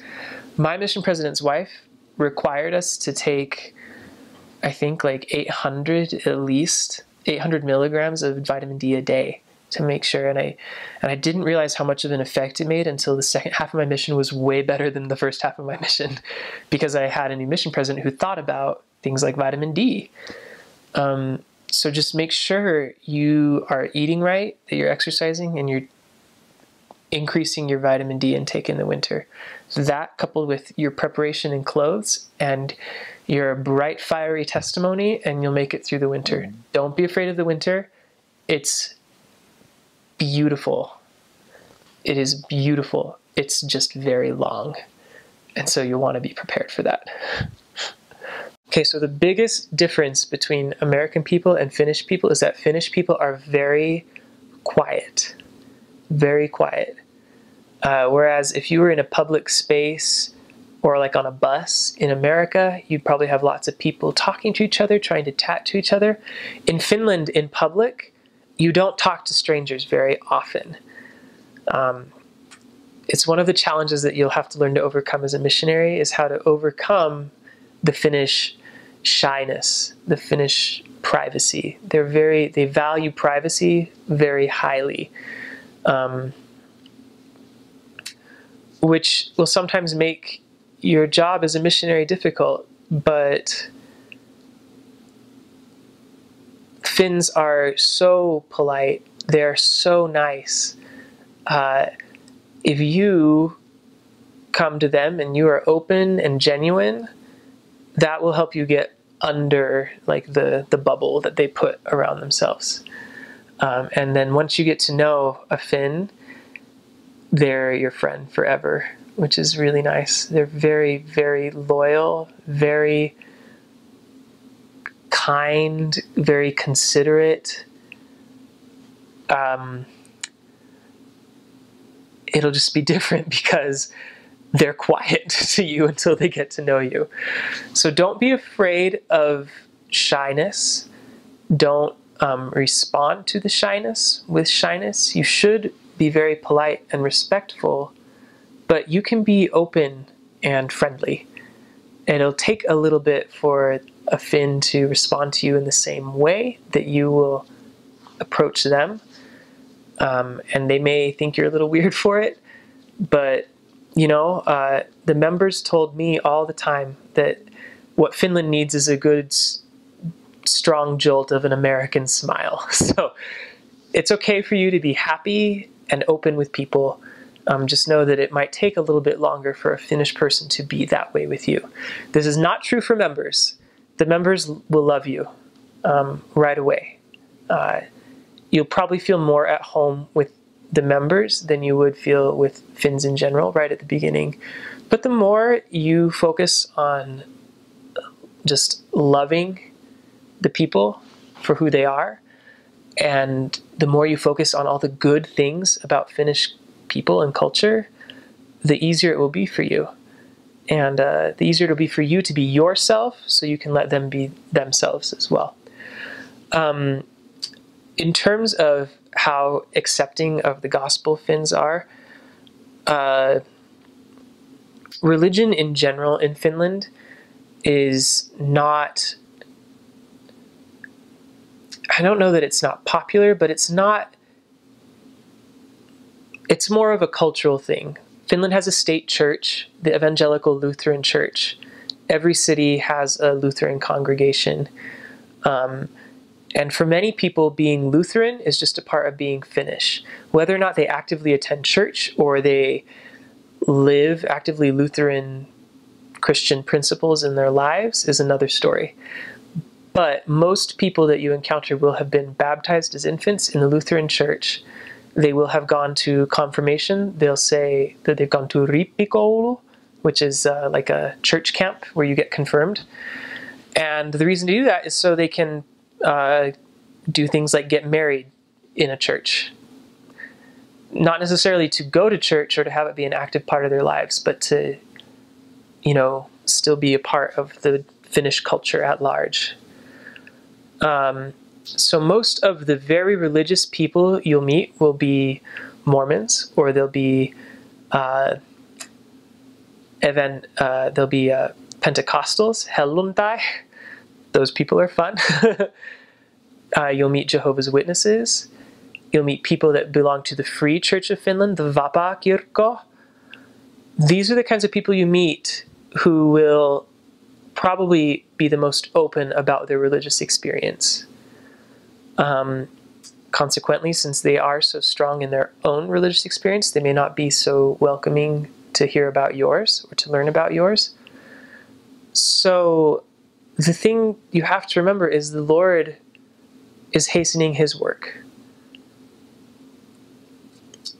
As you put in and you work with the principles that are found in Preach My Gospel, and you believe that people are prepared, you'll find people that you never guessed were ready to hear the gospel, and they'll be accepting of your message. So yeah, talking about religion is not the most popular thing to do in Finland. In fact, in some ways it goes against the rules of etiquette in Finland to talk about religion in public. But I saw so many times on my mission whereas you were politely persistent in saying what you had to say, people's hearts changed. It didn't mean everyone I met got baptized or everyone I met even let me into their house to teach them a lesson. But as you are sincere about what you're doing and you put the work in on your end to be a good missionary, you'll be able to find the people who are ready to hear the gospel. And those are the people that are worth working for. So Finland was Sweden for about 500 years until the early 1800s. So you'll notice that Swedish is an official language in Finland. Some areas of some areas of Finland, Swedish is actually the majority language. It's Swedish-speaking Finns are only about 6% of the population, but especially on the west coast, across the Gulf of Bothnia from Sweden, you have a lot of Swedish-speaking Finns. They're Finnish people and Finnish citizens, but they speak Swedish as their native tongue. So if you serve up in Kokkola, in Vaasa, you'll meet those areas are now there's a lot of Finnish there, so you'll be fine, but you'll see a lot of Swedish. And then there's one city in Finland, Jakobstad in Swedish and Pietarsaari in Finnish. It has a branch there. You may serve there. That city is still about 50% Swedish speaking. So you'll go around and you'll be speaking in Finnish, and you'll have people say, I don't speak Finnish. Jag kan inte prata finska. Or they'll ask you, pratar du svenska? Do you speak Swedish? And you'll say, no, I don't. But maybe you'll be lucky and your companion from Sweden, if you have one, will speak Swedish, and then you can try again. Anyway, so that's why you'll see Swedish everywhere in Finland, is because Finland was Sweden until the 1800s. And then Sweden and Russia fought a war, and Sweden lost. And what they lost was the territory of Finland. And so Russia took control of Finland, but they didn't really like try to conquer it. They they left it as, they call it a grand duchy.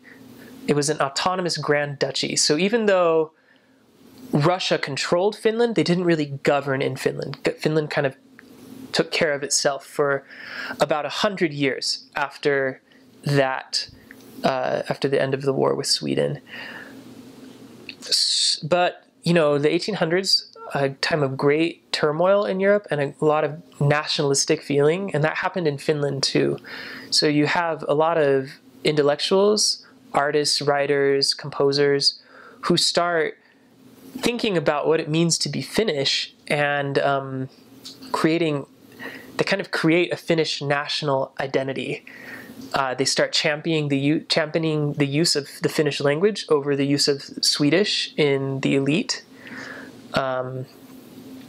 They start trying to make sure Finnish is being taught, Finnish is being studied.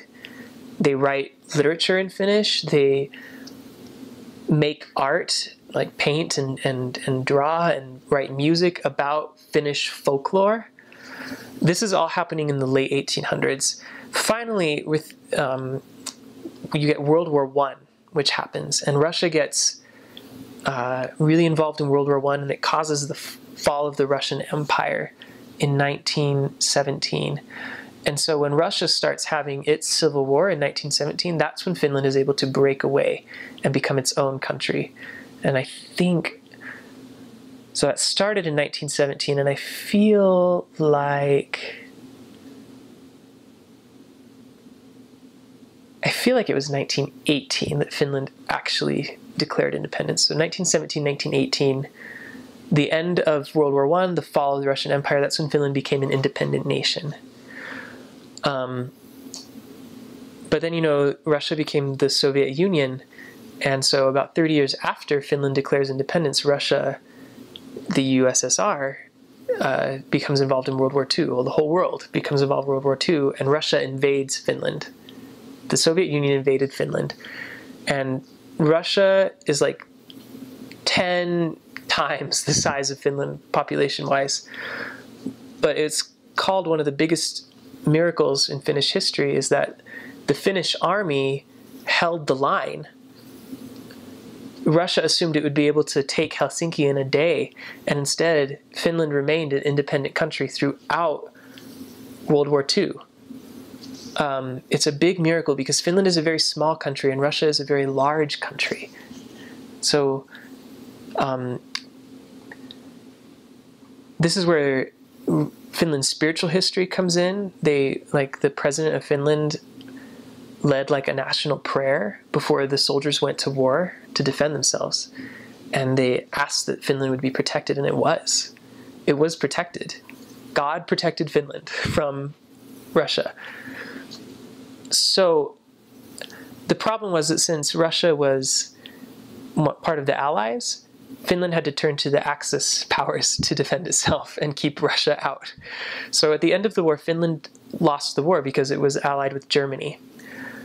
And so after the war, when countries that had lost were being required to pay huge war debts, Finland was involved in that. Finland had a lot of war debt. But Finland is the only country that lost World War II to fully repay its debt to the United States. The only one. And Finland is also the only country sharing a border with Russia that did not become part of the Soviet Union. So Finland is really special, really a special place for that reason. Finnish people have, it's called sisu. It's one of the qualities that Finnish people possess. You can't translate it into English. It just means kind of like gutsy and courageous and stubborn, all rolled into one. That's this word sisu that Finnish people have. That's why they've lasted as an independent nation for so long.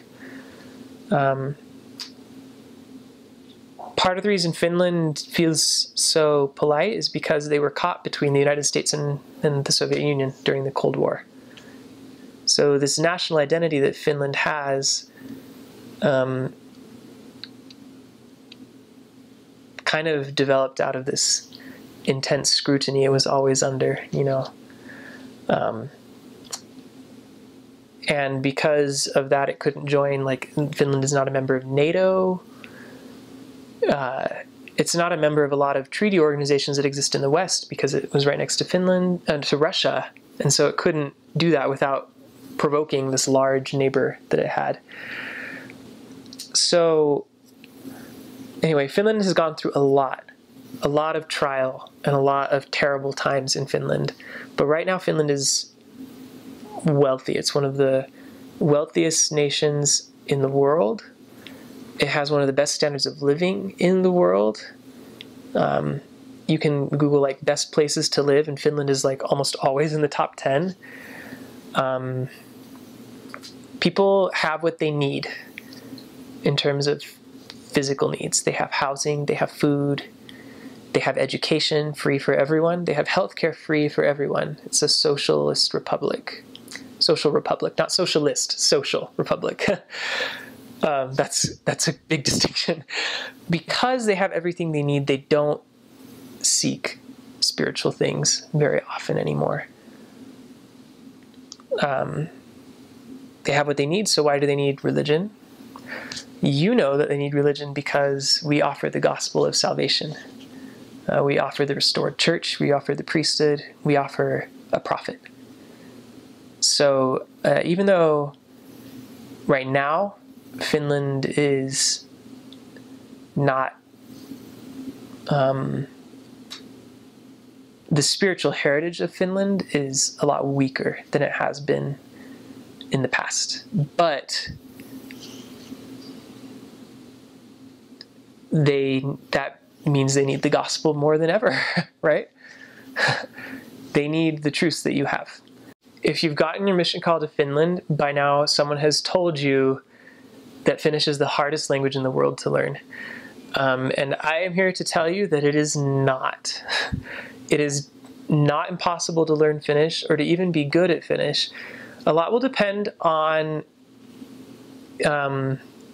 your own affinity or your own talent at learning languages, how advanced you get in the language, but anyone can learn to speak Finnish. Definitely every missionary can learn to speak Finnish. The reason you've heard it so hard is because it's so different from English. It's different from a lot of other common languages that English speakers study, like Spanish, French, German. It's not related to any of those languages. The only languages it's related to that are widely spoken are Hungarian and Estonian, and you probably don't know anything about those languages either. But what sets Finnish apart from a lot of other languages is that all of the, and I'm a linguistics major, so I might throw out some terms that you're not familiar with, but bear with me. All of the syntactic function, the grammatical function of the words that you use, most of it is carried by endings that you put on the words and not by separate words. So like in English, we have a lot of prepositions in, and, in, on, to, from, about. All of those meanings are contained in endings that go on the word. So for example, the Finnish word for dog is koira. So if dog, koira, is the subject of your sentence, there are no endings on it. But if it's going to be the direct object of your sentence, so like I saw the dog, koira becomes koiran. I saw the dog, minä näin koiran, with an N at the end. The same thing if you change the function. If you make it the object of a preposition, there will be a different ending for that. So if you say, I want to talk about the dog, you have koira becomes koirasta. So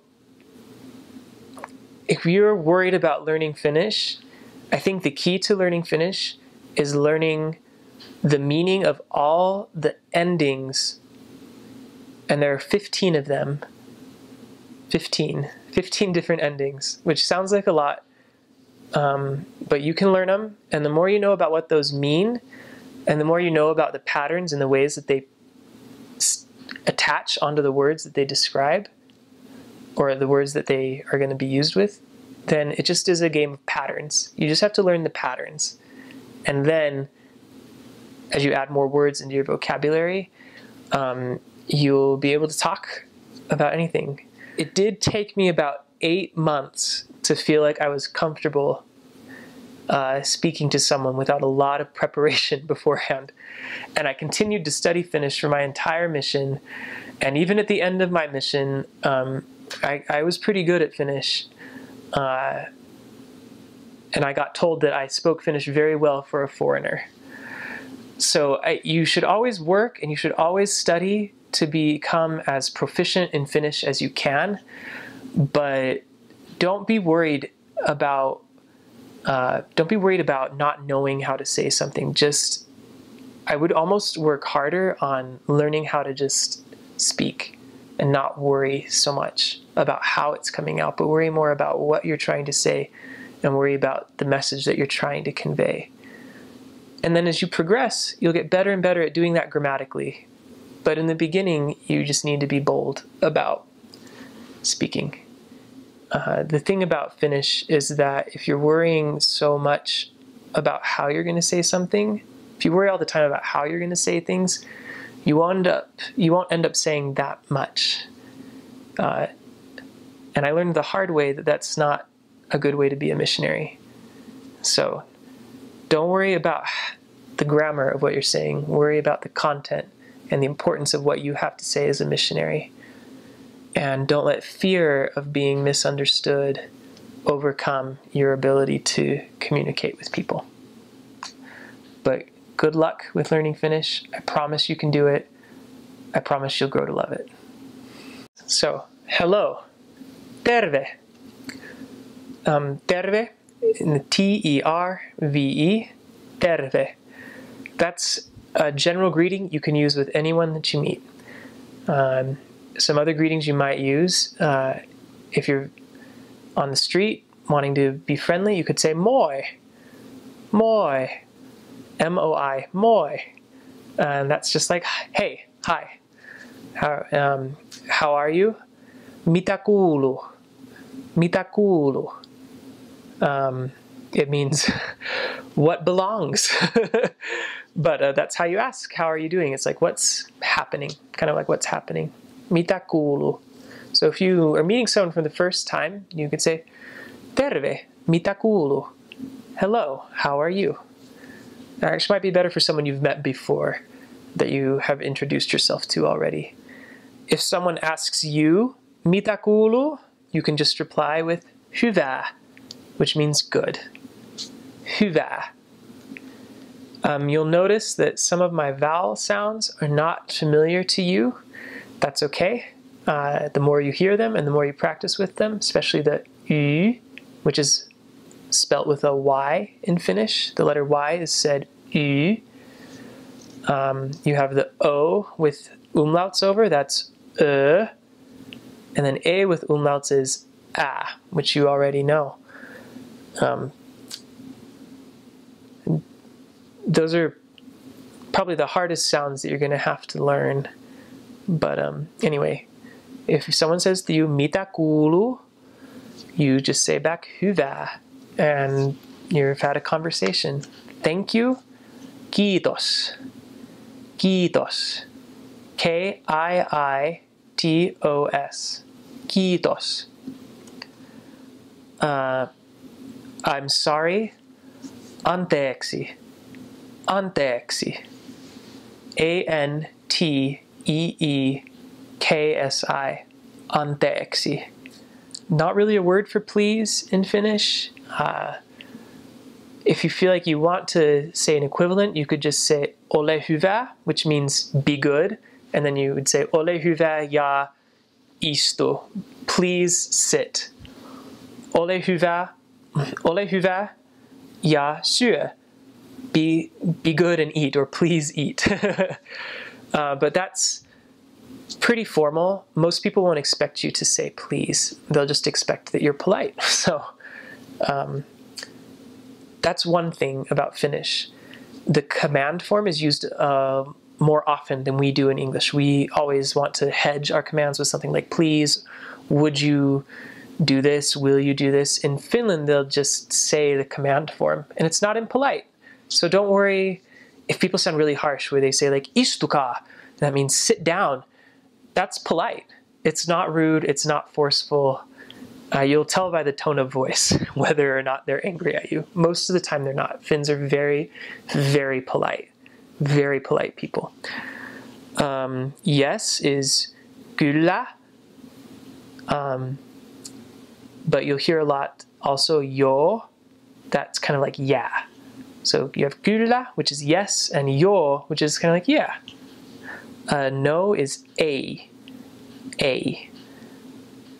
And then nice to meet you, you'll be using all the time hauska tavata. Hauska tavata. And that means fun to meet. Nice to meet you. Hauska tavata. Hauska tavata. And those are some common greetings and phrases for Finnish that you can start using right away. You can go up to anyone you meet and say terve, mitä kuuluu. There you go. This one's for all you mothers out there who have children who have been called to Finland. You do not need to worry about your son or your daughter in terms of crime and safety. Finland is one of the least corrupt nations in the world. Routinely is in the top 5. You can Google. It's true. There is so little violent crime. Like, no one, it basically won't happen to your son or your daughter, so you don't need to worry about them being held up at gunpoint. The only thing is people in Finland they do like alcohol. They drink a lot of alcohol. And so you'll meet drunk people who you sometimes have to just be careful around. Usually they're harmless. But Finland is so safe. You don't need to, just like normal personal caution is all you need to worry about. Like, don't be reckless, and definitely don't be stupid, but about where you are and where your surroundings. Like, if you can see it's a dangerous situation, leave. You would do the same at home. But for the most part, you don't need to worry. Finland is very safe. So our mission secretary was a Finnish lady who'd married an American, and she'd raised her family in America, and she came back, and she was so faithful, but she was a little strange. One of the missionaries lost his passport. Lost it, which is a big deal when it has your visa information in it, right? And so it was going to be a big process to go to the U.S. Embassy and the consulate and make sure he was able to get another passport, and then to go through and get a visa again. Not a huge deal, but, a lot of trouble that we didn't need to take if he hadn't lost it. That was the year that one of the people who spoke in conference gave a story about someone who was like, his boat crashed and he was lost at sea with his crew, and he used the power of his priesthood to command a plane to find them in the ocean. I don't know if you remember that story, but that conference happened right before this elder lost his passport. And when he called the mission secretary to tell her this, she said, "Well, elder, did you use the power of your priesthood to command it to return to you?" And we were like, "No, I just lost it. I'm going to need a new one." She was so great. She was very supportive of the missionaries and so faithful, but man, she had weird ideas. That's just funny people. You will meet the funniest, weirdest people on your mission, and you will just love them, and it'll be so great. In terms of more spiritual, one investigator, the only investigator that I ever started teaching who got baptized. I was at 7 baptisms on my mission, but this is the only investigator who I started teaching, and I actually didn't get to go to her baptism. But we assumed she was the girl, our ward mission leader was an RM, a single RM. We were in a university town, and he had dated this girl, gone on a couple dates with this young woman, and she was an LDS. And he eventually, after a couple of dates, he said, I'm LDS, I'm Mormon, and I'm not going to marry anyone who is an LDS. And when he said that, she's like, oh, well, then I want to know about the LDS church.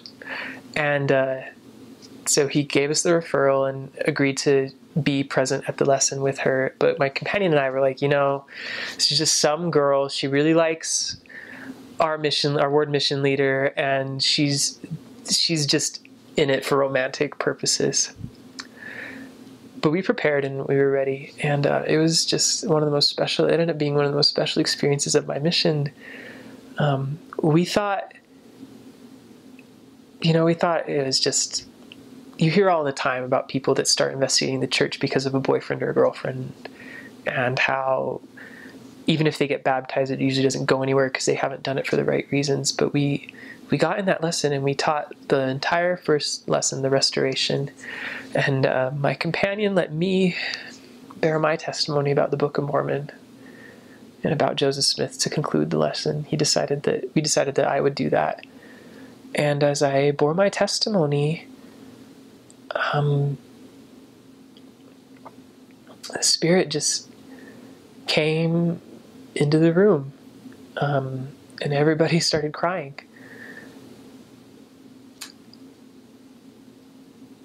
It was just so, we had assumed she wasn't ready, and we didn't know that she was.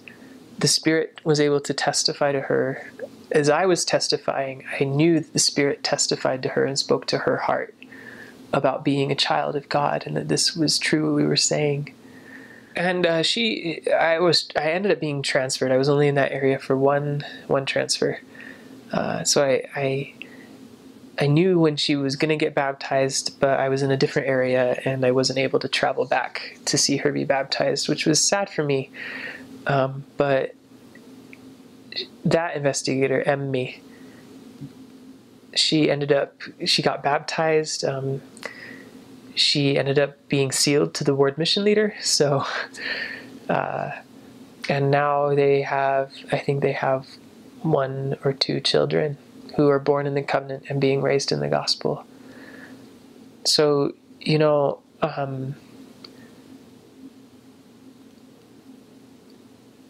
definition of being elect is that someone who is elect hears the word of God and doesn't harden their heart. So anyone can be elect. What I learned that day was that we just don't know who the Lord has prepared or for what purpose. We're being invited to share the gospel with a given person at a certain time. We didn't think she was ready. We thought she was just in it for the cute ward mission leader. But it turned out that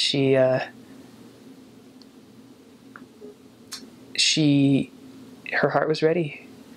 She accepted the gospel, and now she's on her way. She's a faithful member of the church, and we wouldn't have known. And if we hadn't prepared for her, we could have wasted a really great opportunity. But now it's become one of the most special things to me in my life. And I remember that discussion. I remember that lesson pretty much more than almost anything else that happened on my mission. Another person I taught on my mission, her name was Kirsi Maria. She was a woman, a violin teacher, and she'd been the friend of one of the families in the branch where I was serving. She'd started teaching one of the daughters when she was 7, and now the daughter was like in her 20s. So she'd known this family for a long time. And this family had worked really hard to fellowship her and introduce her to the gospel. And at this point, when I met Kirsi Maria, she had gone to the temple dedication. She came to church every week. She'd stopped drinking coffee. She'd lived as a member of the church, but she hadn't gotten baptized. She went through companionship after companionship of missionaries, and she was such a great woman, but she wouldn't get baptized, and she learned about everything that we had to teach at least 3 times. Her teaching record was like 3 teaching records from the time that the area book had started being kept. So she'd learned so much, but she hadn't gotten baptized. And so we picked her up as an investigator again because things were slow, and we taught her again, and she's very nice, still came to church, but she wasn't going to get baptized. And so my companion and I decided to drop her again. We were like over 5 years, probably like the 100th pair of missionaries. That's an exaggeration, but she'd been through so many missionaries. And she hadn't gotten baptized. And so we were getting ready to drop her again. And I remember we'd had the planning meeting. We'd taken her out of progressing investigators and put her back in former investigators. That was Thursday. I think like that Sunday night, I get a call from the father of the family that's been fellowshipping her for like 20 years. And he said, "What are you doing this Sunday 3 weeks from now?" And we usually would go to eat after church. This family, we would go to their house. They lived kind of a ways away, so they could only feed us on Sundays, and we would go after church. And I said, well, probably we're going to go to your house like normal, like we do on most Sundays. We don't have anything conflicting. Why? And he's like, well, that's the Sunday Kirsi Maria is going to get baptized. This was completely out of the blue. No one was prepared for this to happen. No one. My mission, it was at the very end of my mission, I had one more transfer. After the transfer, she got baptized. My mission president had challenged me to work hard to have 2 more baptisms in the last 2 transfers. So one for one transfer and one for the other. And I said, okay, mission president, I'll do that. I want to finish strong. But I didn't really think the Lord would do that for us. I mean, we did not do anything to get that woman in the waters of baptism. We asked her what made the difference, and she said, I've been living this way for so long, and a missionary 1 or 2 transfers previous had said, Kirsi Maria, I think you want to get baptized, so I don't know why you're not. And she said, he said that, and I started thinking about it, and I realized that I did want to get baptized, but I always felt like there was this block, that I couldn't do it. And I woke up one day, and the block was gone. And so I called Veli Suurinkeroinen, Brother Suurinkeroinen, and I said, I'm ready to get baptized. And Veli Suurinkeroinen called us. And she had investigated the church for 5 years. Nobody thought she was going to get baptized. She was the eternal of all eternal investigators. The Lord has a plan. He has a plan for his children. And I feel so blessed that the Lord allowed me to be part of the companionship of missionaries that was present when she was baptized. And that we were able to represent all of the elders and sisters who'd worked with her over the years. So if you have an eternal investigator who you are frustrated with because they are not getting baptized, you don't have to force them. You don't have to push them into being baptized. The Lord has a plan. And when they join the church, you can have faith that they will. But don't be discouraged if it's not while you're there, because one day you'll find out that years and years later, that person that you knew would join the church did. And it was according to the Lord's plan for his son or daughter in that instance. One of the first things, just when we broke through the clouds and on the plane, and we just looked down, and it was just green forest everywhere.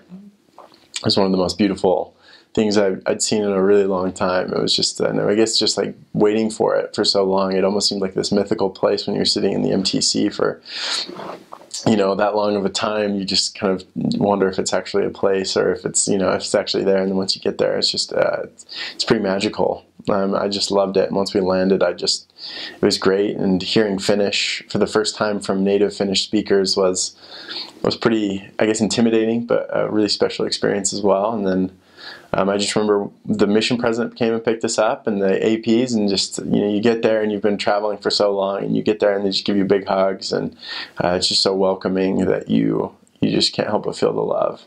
And you just know that what you're doing is right at that moment. And then they picked us up, they took us to the mission home, we had a meal, and then they we had a little bit of a meeting with the mission president, just talking about what we do in the mission and how well the mission was doing. And it was just a great experience as far as that's concerned. And then the next day, we got up and we met our trainers, and we had a little bit of a trainer meeting. And then that day, we were actually able to go out to just a main area of Helsinki with our trainers, and we were trying to give out Book of Mormons. And it was just a really special experience. And, I didn't understand 90% of what everybody said, but I just knew how to bear my testimony, so I was just going to do that and just, kind of leave the rest up to my trainer. But I think the biggest thing is that it is a big transition. I think that, it's okay for missionaries to sometimes feel a little bit, inadequate at times. I mean, I think that's not a bad thing, but I think that just understanding where the true power comes from, and that comes from our Father in heaven. And as you rely on Him and as you're faithful to the mission rules, that you really do get that strength that is promised to you as a missionary to be able to overcome those things. Because I remember I read through my journal just not too long ago, and I remember the first couple of weeks, I'm like 2 weeks in the mission field, and I'm thinking, like, I'm never going to learn this language. Like, it's just not coming fast enough. And I think, sometimes we like to, we're baking that cake, and we like to open up the oven every 5 seconds to make sure, see if it's done, and then we, kind of deterring that growth. So I think just being patient with yourself is one of the biggest things, especially at the beginning of your mission. And then, as time progresses, I remember thinking that, this is really hard. And in high school, I felt like anything that was really too hard for me, I could just kind of run away from. Like if I didn't like math, I just wouldn't take math my senior year, and I could just get away with that. But when you're on a mission, especially when you're learning a foreign language and you're in a foreign culture, you're kind of in that, you can't run away from it. And I think that's one of the biggest life lessons that I learned from my mission. One of the millions of reasons that I'm grateful that I served a mission was just because it helped me to understand that, when things get hard, you've got to keep going, and it's, you can always make it through, especially as you get on your knees and ask for our Father in heaven's help, that He'll provide the gift of tongues as you're humble and as you're studying and working and doing your part to do that. So Finland is predominantly Lutheran, and it's interesting. I actually did an internship there last summer as well with a biotech company, and it was interesting just to talk to them because they were all Lutheran, but when you ask them what that means, they're like, well, I go to church for weddings and on Easter and Christmas. And that's the extent of most of their religious experiences, is that they're Lutheran because it's kind of just a state religion. Most people are Lutheran. It's kind of a traditional thing, but they don't necessarily know what that means. They don't necessarily live that too often as far as what the tenets of their religion are. That being said, the church is growing really quickly in Finland, which is awesome. It's so great to see. Well, I think there's kind of that kind of thought, or that people talk to them new missionaries about, that if they're going to Scandinavia or Europe in general, that you're going to work really hard and you're not going to baptize, which is completely false. Especially from my experience, there are 5 million people in Finland. We've got about 5,000 members, and but the church is growing so fast. The first year that I was there in the mission, which was 2009, I think there were 45 baptisms, and when I left in 2011, there were about 100 baptisms. And so, it started off a little bit slower when I first got there, but the church is growing, and people do understand. I think the temple in Helsinki is something that is really an amazing resource. There were, I think, when the temple was first dedicated in 2006, I think for the open house there were over 500,000 people that came to the open house, and which was just incredible. Just a lot of people came, waited in the rain to go see the temple. And I think that's just the intellectual curiosity that most Finns have. They like to learn, and they like to understand new things about new cultures and about new religions. And I think that's something that you can definitely utilize as a missionary is their intellectual curiosity. That Finns in general don't necessarily like to talk about religion. But a lot of them are very interested in learning about why you're doing what you're doing, which is a pretty cool experience. As far as I guess where missionaries serve, so I kind of was able to run the gambit a little bit and go all over the country. So I started off my mission in Helsinki, and then I went to the northernmost city that you serve in Rovaniemi, right next to the Arctic Circle.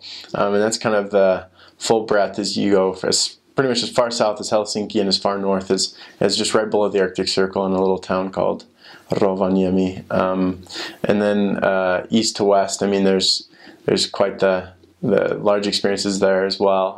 Where I was able to serve, I kind of, like I said, served all over the place. So I was able to serve in the west and the east, and so it's a really cool experience. And the members are great. There are 2 stakes in Finland, one based out of Helsinki and the other one in Tampere, and then the rest of it are just districts. So there's one district based in kind of the west in Vaasa and Pietarsaari in the west area there, and then there's one in the east in Kuopio, and then one up north in the Oulu, Rovaniemi area as well. I could go on this for days. I love Finnish food. It was really great. I think it maybe takes a little bit of getting used to in the beginning. I know that their dairy is a little bit rich, but it's so good. The yogurts and the ice cream is just it's something else out there. And I think too, pretty much every meal that we had, especially for dinner appointments, was some sort of meat with some sort of potatoes and then some sort of sauce or gravy on top. So it was great. I mean, we had meatballs all the time, and then we had just like I said, some sort of meat with potatoes and gravy. So that was kind of, I felt like, most of the entrees. But there's so many good foods out there. I mean, they've got these little riisipuro, which is just and karjan pierakka. Karjan pierakka is just this little pie that has rice and potatoes in it, and they just come and it's just so good. It's this little handheld pie that you can just take on the go, and you just eat them, and they're so delicious. And then I think another thing too is sinappi, which is the Finnish mustard. Let's just say that every time I go to Finland, or there's sometimes that we have to buy it online so we can get it here. All my family loves sinappi now, and all my friends do too. And whenever we're barbecuing or something, they're just "Do you have sinappi? We need some sinappi." So you could definitely have to try the sinappi, which is the Finnish mustard. Even if you don't like mustard, try sinappi. It might turn you around to the mustard life. But it's just so good. And then they've got some really good desserts as well. One of the things that I really liked was memmi, and this is kind of a hit or miss with missionaries. Some missionaries don't really like it, but it's kind of it's like molasses and some rye as well, and it's kind of mixed up. It looks black. It almost looks like a black pudding, but then you scoop it up, put it in a bowl, and then you put cream and sugar on top of it, and it's really good. And then they have salmiakki, which is salted black licorice, which I'll be honest takes a little bit of getting used to, but there's at the end of by about halfway through your mission, you're going to be looking for something to put in your mouth. You always put a little salmiakki in there, and you just kind of suck on that for a little bit, and it's great. So the food overall was just amazing, and I just loved everything about it. Like I said, the dairy can be a little bit heavy, but it's so good. It's the best. It'll change your life for sure. Salmon soup is it's called lohikeito in Finnish, and it is it changed my life forever. I mean, it's the greatest soup I've ever had in my entire life, and it's kind of fun. It's the one thing that I've really taken back with me, and I make it for my family, every so often, and just make it for friends sometimes. But it's just salmon with there's usually some sort of greens, some green onion or something in there, and potatoes, and it's just in this broth and some cream that they add in as well.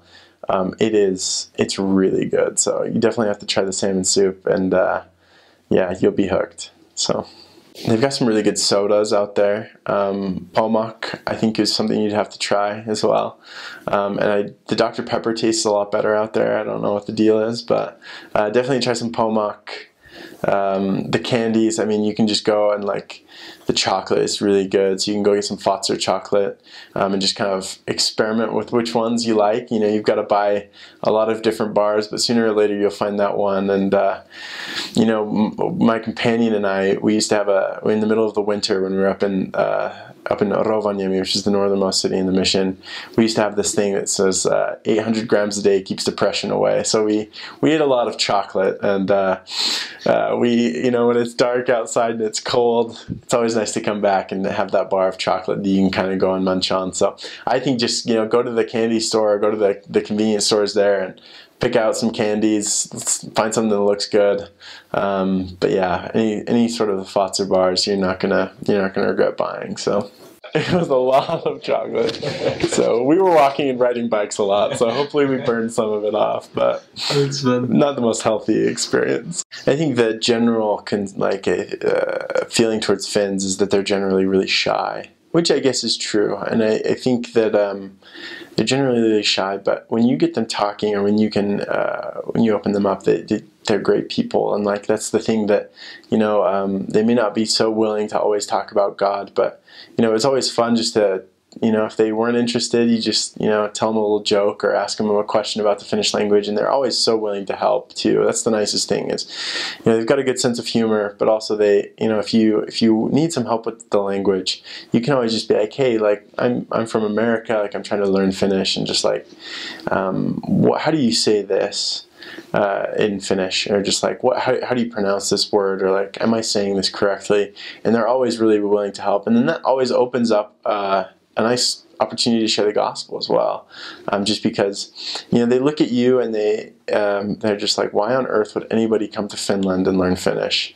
It just doesn't make a whole lot of sense. It doesn't really compute to them, and so they're always really curious on what you're doing there. And if I think they really respect what you're doing, and I think it just, you know, as much as you really accept and embrace their culture, they really like to open up a lot to you as well. The one thing that I can always go back to, though, is if you ever need a drink of water and you're knocking on a door, you know, they're always so kind. You know, sometimes they'll offer just like, hey, do you need water or anything? But if you ever ask them for anything, just like, hey, can I just get a glass of water? We've been out here all day. They're just like, oh yeah, like, of course. So even if they're not interested in hearing your message, they're always there to give you a glass of water or something. And I'm also just trying to think of some other things. I mean, they've always been so nice.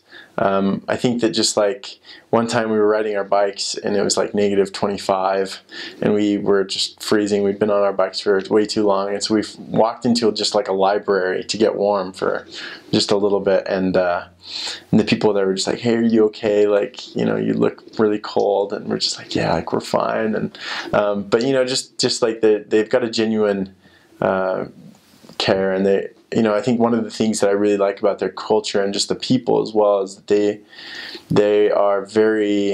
know where they come from, and they're very, I guess, just like proud of their heritage. And I think that a lot of that comes back to they fought off the Russians in the Winter War, you know, in the late 30s and early 40s and that was just kind of a miraculous thing that, you know, they've defended their country against a huge army of Russians that were trying to invade. And you know, they talk about this thing called sisu, which is just like, doesn't really have a great translation, but it's, you know, something like guts, or just like fortitude, or, you know, like pride, of just like, you know, remembering kind of what you're doing and remembering where you're coming from, and just like push hard and always work hard, and, you know, have that sisu, that swollen sisu of just like, you know, working hard and making sure that you're doing the right things. And I mean, I just loved it. And they're, like I said, they're just really genuinely very nice people and want to help out. Helsinki is a great place. I served there for about 4 months at the beginning of my mission, and there are just so many cool places. I mean, you can always kind of go and explore the city, which is a lot of fun. It's probably it's the biggest city in Finland, which is, you know, so there's a whole lot of things to do. There's the big town center, which is great because they have these little streetcars that you can take all over the city, which is very accessible. And missionaries, especially that serve there, usually have some sort of a tram pass, and so you can kind of just get on and get off whenever you need to. But it's really, the public transportation there is really great.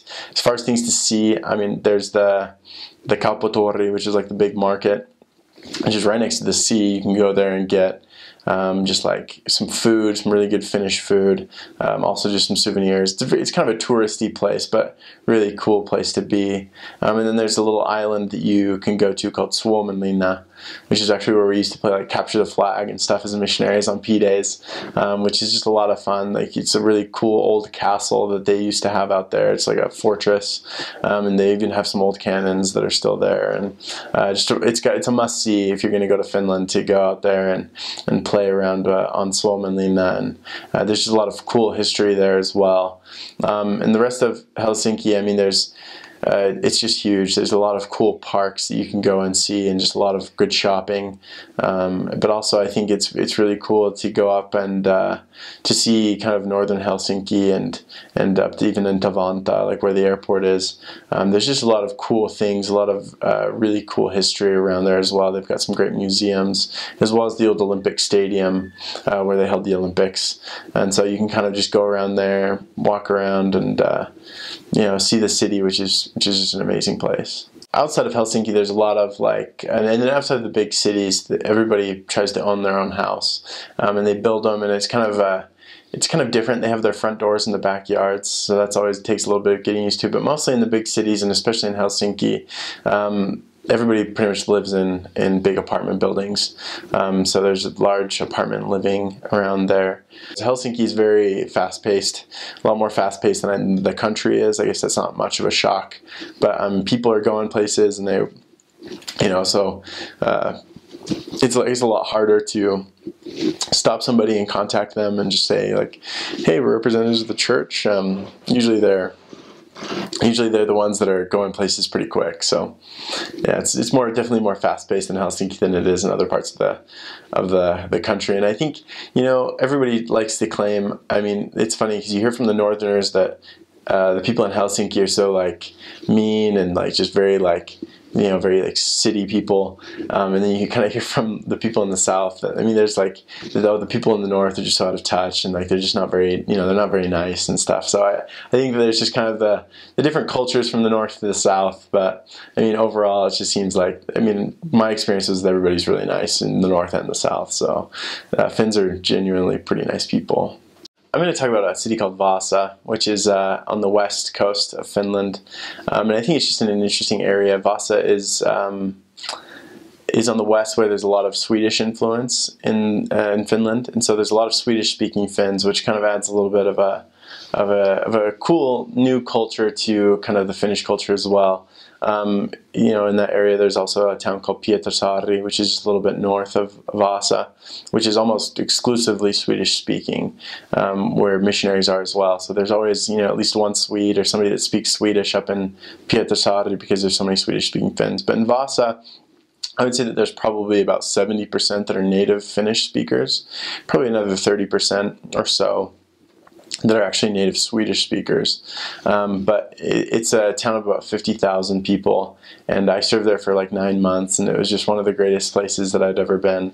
And I, got in there, and it's this beautiful little town right on the west coast of Finland. So it's pretty humid in the summer, pretty warm as well. And then once it gets to the winter time, there's a nice breeze that comes off of the sea there that will freeze you right to the bones. So, but it's a wonderful place. As far as safety and everything, it's a really safe place.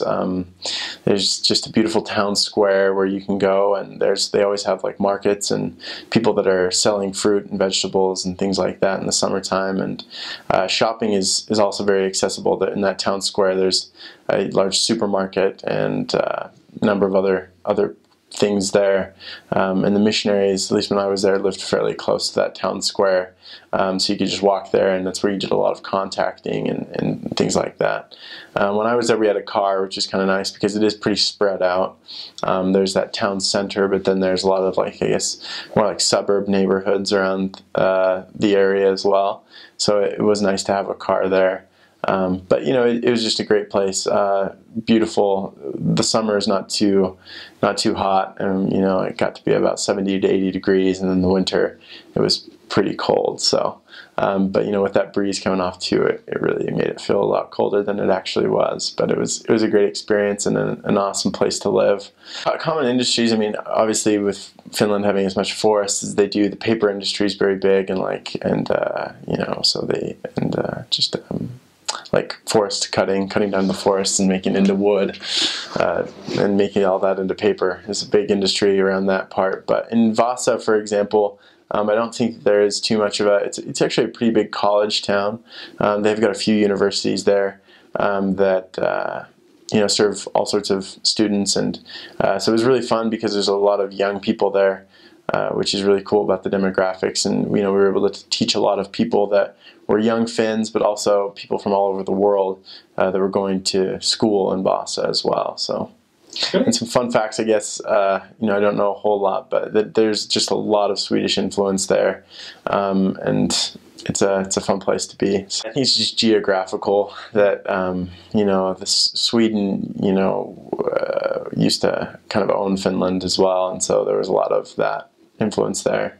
In Helsinki, they speak stadi, which is it's like a slang of like Finnish, Swedish, Russian, English. It's a mix mash of so many different languages, and it's so hard to understand. So if people speak a lot of stadi in Helsinki, it's just something that's unique about Helsinki is they really speak a lot of slang, and it's sometimes you're just like, I have no idea what he just said, and that's pretty normal. So, but usually, I mean, it depends. Some of the members like to speak stadi to you just to throw you off, and because they know you don't understand what they're saying. But for the most part, people are pretty nice, and they know that you're not from there. And I don't remember a whole lot of stadi, so I don't know how many examples I'll be able to give you, but like one I remember is like this guy was talking about his dad, and he was saying like faja, and we're like, what is that? You know, and it's usually isa or iska. You know, it's more like the slang of, they say like iska or isi, but he was saying faja, and I think it's like more of a Swedish way of saying it. And so it was just kind of one of those things that they just take a lot of the different languages and just kind of mix mash it together. They call the streetcars something different as well, but I can't remember that off the top of my head. So yeah, it's mostly spoken in Helsinki. There's not too much of a different like accent as much as just like they're just saying a lot of really off words that you know, when they string it together too, you're kind of just like, I didn't understand a whole lot of any of that. And so I guess it just kind of throws you for a loop sometimes, especially when you're serving in downtown Helsinki, where but yeah, they just try to mix mash like a lot of different languages in a lot of different ways, and then they just kind of use Finnish endings and Finnish grammar on some of those words. So it's just, I mean, I just remember it being very difficult to understand, and you know, missionaries would try to pick up some stadi and some stadi slangi, and it would just never worked out very well. But it was always a lot of fun, and you just pick up little things here and there and understand a little bit more what that means. I think there's a lot of cool traditions that they have. One of the things I really loved on like All Saints Day or Halloween, and then also on Christmas, they take candles and they go and light them by the graves of their ancestors. So you can go out there and walk around just a graveyard, and it's all lit up with these candles. And I think it's just a really cool opportunity that they have to go and to remember their history and to remember their heritage. But also it's a beautiful view for, you know, just to walk through there, and it's very, very cool. Another thing too on New Year's that they do is they heat up, like, I think it's tin on like a stove, and they give you like this little piece of tin, and you heat it up on the stove until it's like liquid, and then you throw it into a bucket, like a sauna bucket, like full of ice water. And so you heat it up and you throw it in, and then you take it out and you hold it up and you put a light behind it, and then it's supposed to show you like what the next year is going to be like.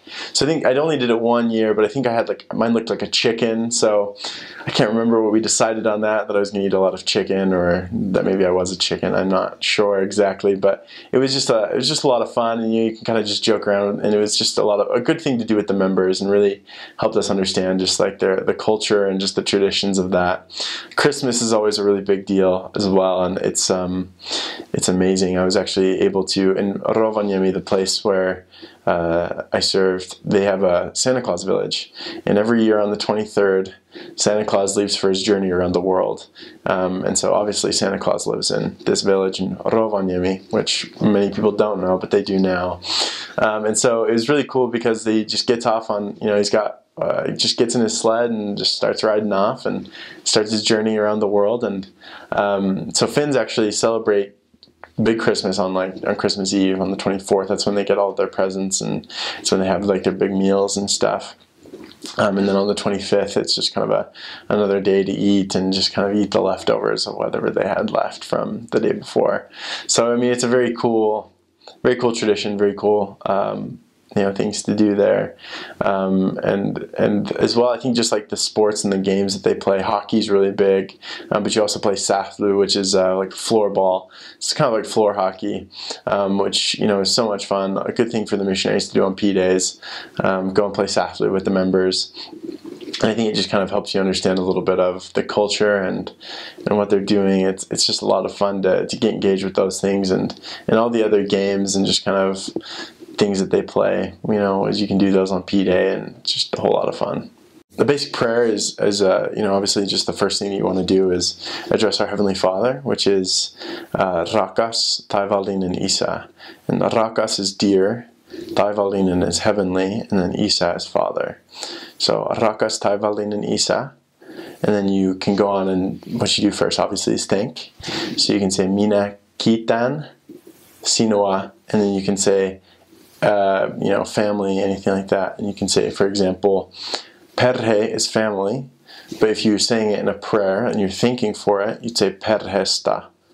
So, minä kiitän sinua perhestä.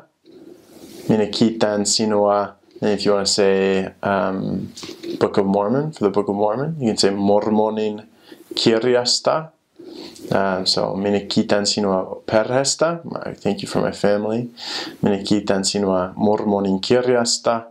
Thank you for the Book of Mormon. I mean, you can kind of just look up any word that you really want to thank for, and then you just kind of add an STA to the end with some exceptions. There may have to be some other conjugations, but that's kind of just the basics of it is minä kiitän sinua.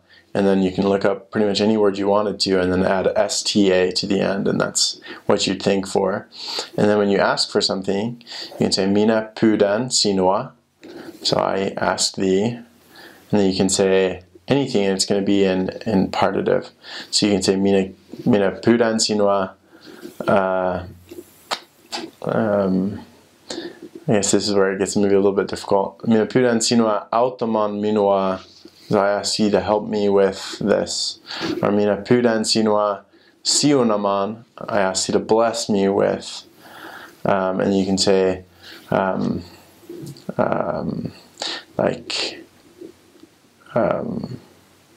kohteliisuus, kiitollisuus, like gratitude, and just kind of anything else that you'd want to add to that. And then you close in the name of Jesus Christ, amen, which is Jeesuksen Kristuksen nimessä, amen. So Jeesuksen Kristuksen, obviously Jesus Christ, and then name, nimessä, which is in the name of, right there, and then amen. So I can kind of just do maybe a sample prayer, and then kind of show you how that's done. So, Mio rakas taivallinen Isä, minä kiitän sinua perheestäni. Minä kiitän sinua Mormonin kirjasta. Minä kiitän sinua tästä tilaisuudesta. Minä pyydän sinua siunamaan minua kiitollisuutta. Ja minä pyydän sinua siunamaan minua kohteliisuutta. Jeesuksen Kristuksen nimessä, amen. When you're greenie, you kind of come out and you say things just because you're so used to English that it's hard to say some of the vowels in the right way. And so you'd say like, minä tiedän, että tämä kirkko on totta. And just like that kind of hurts me to say it that way. But minä tiedän, että Jesus Christus on minun vapahtaja. Yeah, I mean, just like the T's are, I think with newbies are very like they say them a lot, which in Finnish it's a little bit different. So I can kind of just try my best Finnish accent, which is, no minä tiedän, että tämä kirkko on totta, ja minä tiedän, että mun vapahtaja elää. Ja tiedän, että tämä kirkko on totta. And just kind of just the T's, and I guess just some of the vowels that kind of maybe get lost a little bit. Just trying to transition from speaking English so much to then just hearing how Finns would say it, and but they're very monotone and as well. And so sometimes new missionaries will be like, "Minä tiedän, että tämä kirkko on totta," and it's just like, you know, they say it a lot more like, "Minä tiedän, että tämä kirkko on totta." So winter, -36 below zero, out on a bike in the north of Finland. I had tears freeze to my cheeks. My eye froze shut one time. It was pretty intense. So like I was riding a bike and the sun was out. I mean, it's kind of interesting. The sun was out and I was just like closing my eye because the sun was, and like we're riding down a hill and like my eyes is watering because it's so cold, and just like my eyelashes froze together. And so I was kind of like this and riding my bike, and I was like trying to open up my eye again, and it didn't work. And I finally got down to like this little area where we usually stashed our bikes to go contacting, and we went into the mall, just this little like shopping center, and I was just like, I gotta just like, and I didn't want to pull out my eyelashes, and it was just kind of extreme. That was probably the coldest it had ever been, and it was cold. There was this young woman named Claire who was from China. She was a student in Finland, and I think that, you know, we were teaching her and her friend Ping, and they were just amazing. Like, and just I think seeing the whole progression of her coming towards the gospel and joining the church was an amazing experience. But this really spiritual thing was, and the thing that helped me understand that the importance of your mission was when she got called on her mission. To go and serve. And then, you know, she's back now from her mission, and, you know, when I get an email from her saying that her boyfriend has now joined the church. And I think that the really cool thing is that you really, it's the most spiritual experience for me on my mission probably was just the fact that the small and simple things that you do for those 2 years, that one lesson that you teach or that one investigator that you help, that they then bless the lives of hundreds, thousands, of people. And so I think that, you know, you can see really the everlasting effect of just being faithful and working as hard as you can for those 2 years, because there are people out there like Claire who need to hear the gospel, and then once they hear the gospel, they share it with others. I think a lot of bike maintenance. I didn't know exactly how to, well, and riding a bike in ice and snow, like I'd never done that before. So that took a little bit of getting used to, but you know, it gets pretty fun. So bike maintenance and riding a bike in snow and ice. There were a couple times when people were drunk and they were, you know, they'd chase you or something like that. But I think the craziest and most dangerous was just like being out on the cold, like for that long. Sometimes I told you about the time when we walked into a library because we thought we were going to freeze to death. So, you know, we got some frostbite a couple of times, and just, I mean, Finland's a really safe place, but the weather can be very daunting. So I'd never really moved around a whole lot in my life, and so when I got on my mission and you start to build relationships with members and investigators, and then you're asked to, you know, you get a transfer call and you're going to be moving somewhere else, you know, that is a little bit difficult to do, especially when you've got really good relationships with these people, and you know, especially if you've got that one investigator that you've been teaching for so long and they're finally going to get baptized. But I think it's really important just to understand that this is God's work.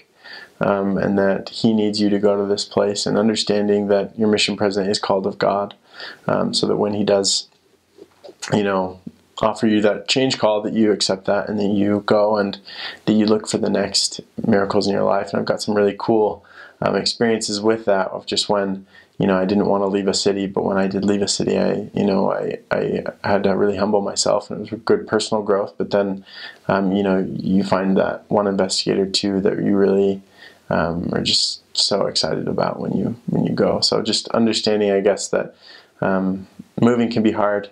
Leaving the people that you really love or that you've grown relationships with can be hard, but that there are amazing opportunities ahead.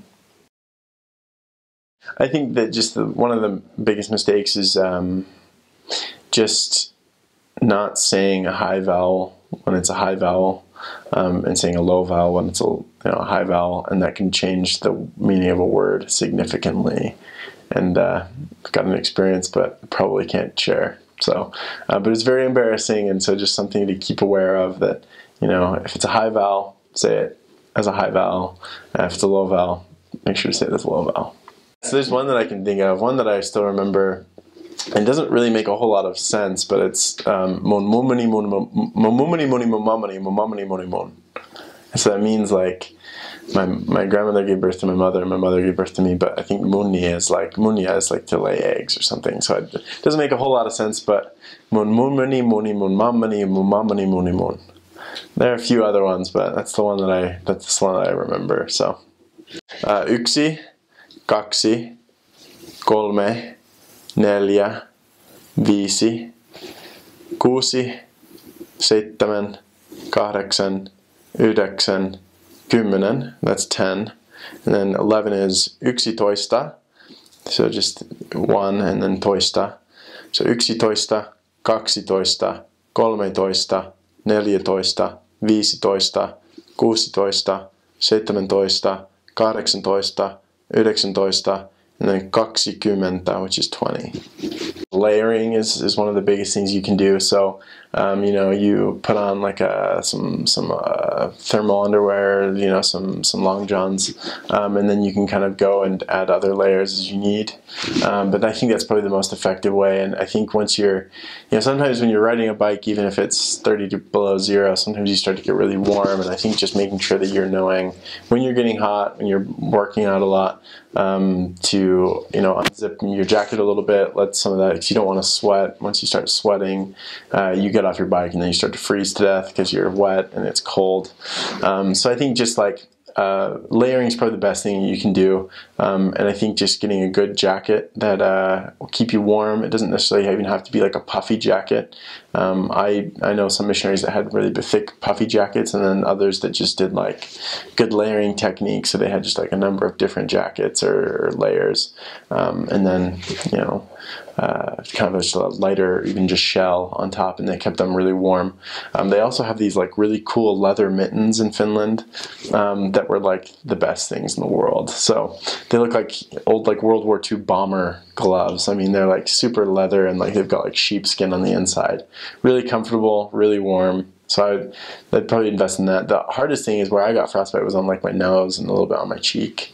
And I think that just, with that, trying to just keep yourself warm. If you've got a scarf or something, that you can wear that. But also, I think going inside, just to warm up for a couple minutes every so often is probably a good idea if you're outside a lot.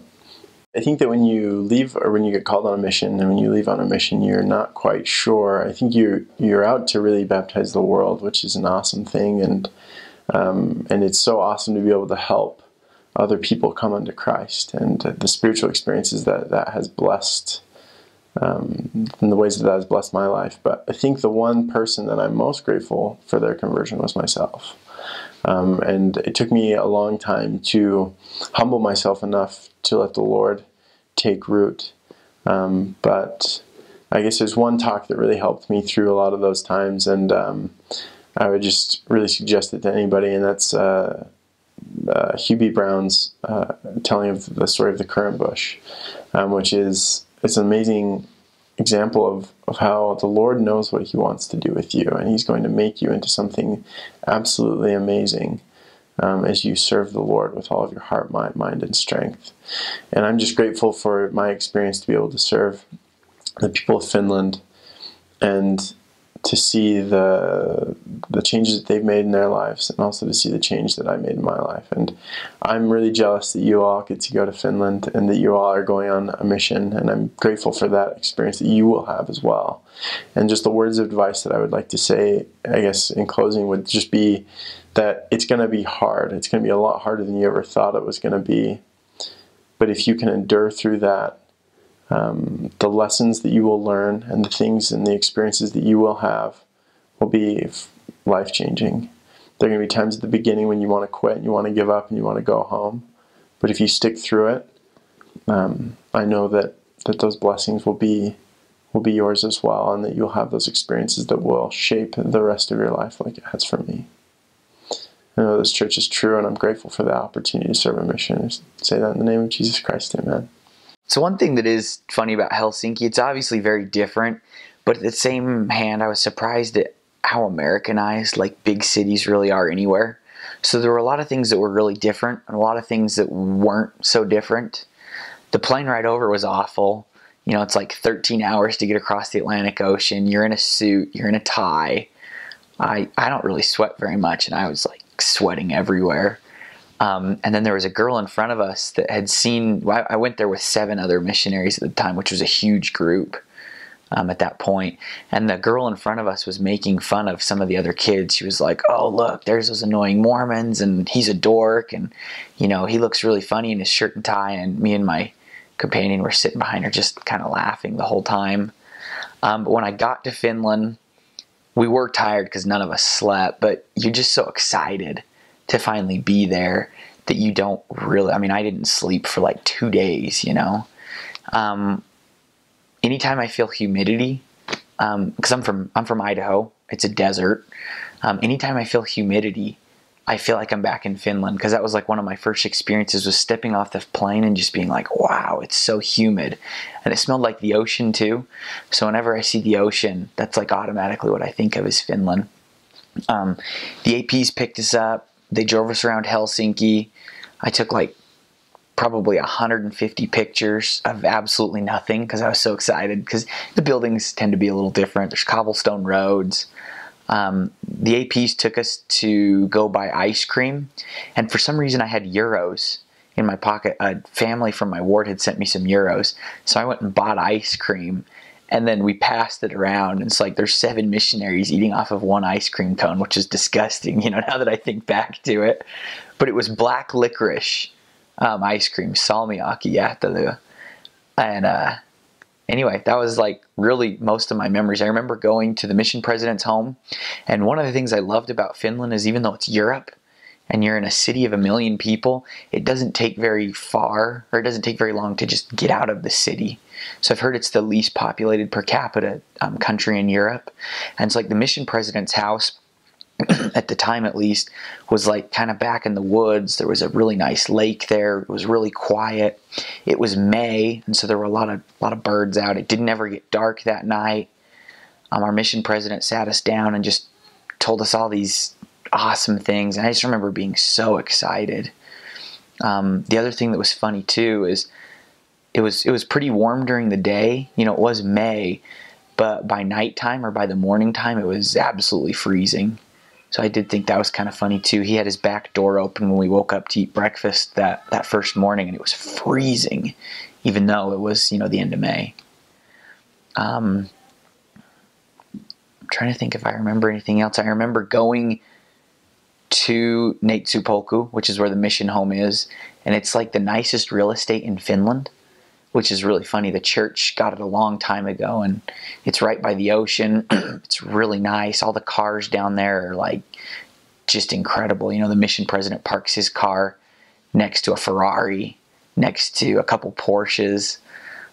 So the building was super nice. Really old though, has a really unique, like old, nasty smell. We met our trainers, and I moved to Espoo, which I was actually pretty excited about. There's a lot of members in Espoo. Especially Espoo 2, the 2nd ward. My trainer seemed like he was a lot of fun. And that first week, I didn't really get to sleep, because they had the European Collegiate like Olympics basically in the city that I was in, and we had volunteered to help serve with them, or to help out. And so for the first 2 nights, we did security. So we sat at the housing complex with all these kids and just watched them make fools out of themselves. And then we would go and either be like referees for games. We would help them get around Finland. I got put with the Serbian national basketball team.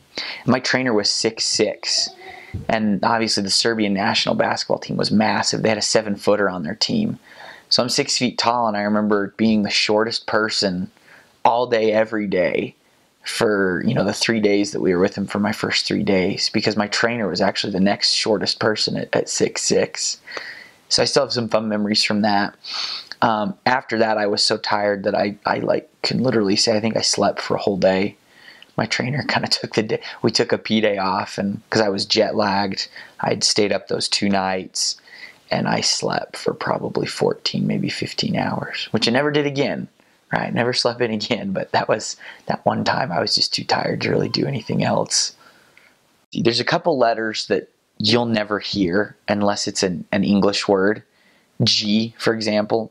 No, G's a bad example because there are G's. C, you'll never hear a C. Se, unless, like I said, it's a borrowed word. But yeah, I can try that out.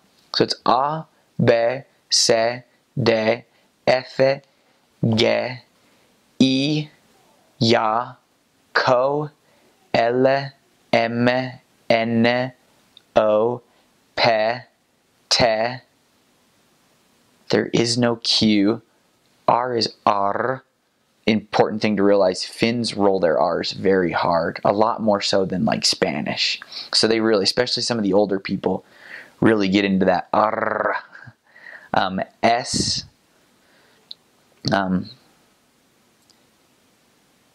The, and that's really it. And then they have the A, and so that's the alphabet. That's how all those letters sound. And like I said, so like the letter I is E. That's how it's pronounced. Anytime you see an I, regardless of what word it's in, regardless of what consonants it follows, it's always E. So that is pretty nice. And they use I, and they'll stick it on the end of borrowed words. So if there's like an English word that they're borrowing, so like camera, for example, they kamera, but they put an E on the end of it when it's a borrowed word. So they say kamari, like my camera with an I at the end of it. So that's actually an important thing that's like really easy to pick up on. iPhone, iPhone-y, So that's, the I tends to be a pretty important letter. Just kind of in closing, I will say that for those of you that are about to get called, I'm super jealous of you. Even though the work was really hard in Finland, it was really cold, and I struggled for 2 years with the language. I look back at Finland as one of the most special places in the earth, with some of the most special people on the earth. And so I want you to be excited about that. And I want you to work as hard as you can, because those people deserve it and they need it. You're going to join a very unique brotherhood and sisterhood of people that served in Finland. There's not very many missionaries that have been called to serve in Suomi, and there's really not a lot of members in Finland either. And so you're going to be part of one of the most unique and loving groups that you've ever been a part of. I love the Finns more than anything in this world, and even just thinking back to my time there, trying to bear my testimony in Finnish and stuff, has just reminded me of how special they are to me. So take care of them, love them, even when you don't want to, and incredible things will happen. I've always felt very, very confident that it is time for the work to pick up the pace in Finland, that it is time for the church to grow there and for the church to be very, very strong there. To the youth of the church in Finland, I think more highly of you than anybody else in the world. I do think that you are the best and the brightest that the church has. And I love you guys, and I think of you often. And I can't wait for more missionaries to go there, to help you out and to just make things better. So don't ever forget that. Love is definitely the strongest thing I took away from my mission. And Finland and the Finnish people will always have a very, very special place in my heart. So it's kind of funny because I guess one of my first impressions was, I remember thinking like, I'm in Europe, and especially at the start of my mission, I'm in a European capital. And it really there wasn't as much to do as I thought. You know, a lot of the country got pretty destroyed during World War II. What with fighting the Russians, they also fought the Germans. You know, pretty much the northern, I might even say the northern half of the country got burned to the ground and rebuilt. So it's very modern. A lot of Helsinki got bombed, so a lot of it's been rebuilt too. It's kind of modern. And it's not like in Italy or a France where there's museums everywhere and world famous buildings everywhere. I bet most people can't even name like a building in Finland. So for the first few weeks, it was like, oh, there's not a lot to do. But the prettiest part about Finland is the landscape, because it's so untouched. Anytime you can go see a lake, it's just incredible. They call it like Minnesota. Their catchphrase for their country is the land of, they say the land of the midnight sun, or they'll say the land of the 10,000 lakes. So anytime you can kind of get out of the cities and go see these lakes, it's just incredible. It's so pretty. The Finns like to build cabins around bodies of water, and they'll go do the sauna, which is actually just a sauna, but they'll go do sauna, and then they'll run out and jump into the water. You know, and you do that in the middle of the summer at 2 a.m, and it's still light outside. Now, the missionaries aren't allowed to do that, unfortunately, but that's something I do plan on going back and doing. They also have something called Avanto, which is the same thing, only it's in the middle of the winter. So you like literally go cut a hole out in the ice, you sit in your sauna, you get it up to super hot, you stay in there as long as you can, and then you run out and you jump into this little hole. And they'll tell you have to make sure you do it with somebody else, because if you pass out when you jump into the water, you're toast. So that's something that I want to go back and do. But really, they call their cabins mukkis. If you can ever get a member to take you to a mukki, it's just the most incredible experience, because there's these little 1-2 room cabins. They're, you know, log cabins. They're in just the most beautiful places in the world. They go there to have fun, to eat, and to do the sauna thing, and it's just an incredible experience. And also, if a member invites you to a mukki, you know you've got a good relationship with them, because they don't invite very many people over. So that's incredible. It's so cool. Rovaniemi is a city that like everybody wants to go to. That's where the Santa Claus village is. Joulupuki, or Santa Claus, is there. And it's a kind of a destination, like international destination hotspot. I always see it on lists of best Christmas cities in the world. There's reindeer up there all over the place. I never got up there though. So it was like one of my goals was to go there, my whole mission, and I never made it that far north. But that's every missionary's dreams of going to Rovaniemi. I did get to serve in Lappeenranta, which is on the eastern part of Finland. So it's right by the Russian border. So I did go see the Russian border, which was pretty radical. That was a pretty surreal experience. And the countries, they obviously don't fight anymore, but I don't really think they really like each other that much either. So it's a pretty serious border. It's not like the United States and Canada, where there might be a chain link fence or there's probably nothing. It's pretty serious. They still have like the old sniper towers up. They still have pictures up about how you'll be shot if you cross the border, which I don't know if that actually would happen or not, but that was pretty interesting. Western Finland is, in my opinion, the prettiest part of the country. It's old. It's like old Finland. The buildings are significantly older, and it's very Swedish, which is really kind of pretty. So I really liked being in Western Finland. I tell everybody to go to the churches, because the churches are just incredible. There's always like a town hall, and then there's always a church, and they're always just kind of like straight across from each other. And even small little cities, like you can go to a city of 2,000 or 3,000 people, and they'll have this like magnificent church, even though the people aren't super religious. That was always kind of fun. So I would see as much of those as you can. Think of the winters are just incredible, and you know, people, the missionaries included, tend to maybe get a little, I don't want to say depressed, because I don't know if they necessarily go that far, but people do get a little moody because it's so dark and cold. But it's also just gorgeous. You know, when it snows, and it snows a lot. I have some pictures of some buried cars. It's really humid there too, and so it frosts. I mean, I've got pictures of, you know, pine trees with frost coming off of it that's like 3 or 4 inches long. And it just makes it beautiful. They love to cross country ski there. There really aren't any mountains, at least until you go really far north. And so instead of downhill skiing, people cross country ski just all over the place. I always thought that was kind of fun. We actually went and helped. It was called the Finlandia Hiihto, and it was a marathon distance cross country race. Cross country ski race. We went and helped volunteer at that. That was really neat. They have a lot of ski jumps, like what they'll do in the Olympics, those crazy guys that'll go jump, 130, 140 feet. There was a guy from the city of Lahti that won a couple medals in the Olympics a few years in a row. He's considered one of the greatest ski jumpers of all time. And they still in most cities have active ski jumps. So I remember going out and watching him do that a few times, and that was insane. That was really a neat experience. I saw a guy crash too, but he was okay. He walked away from it. But I always thought that was just insane.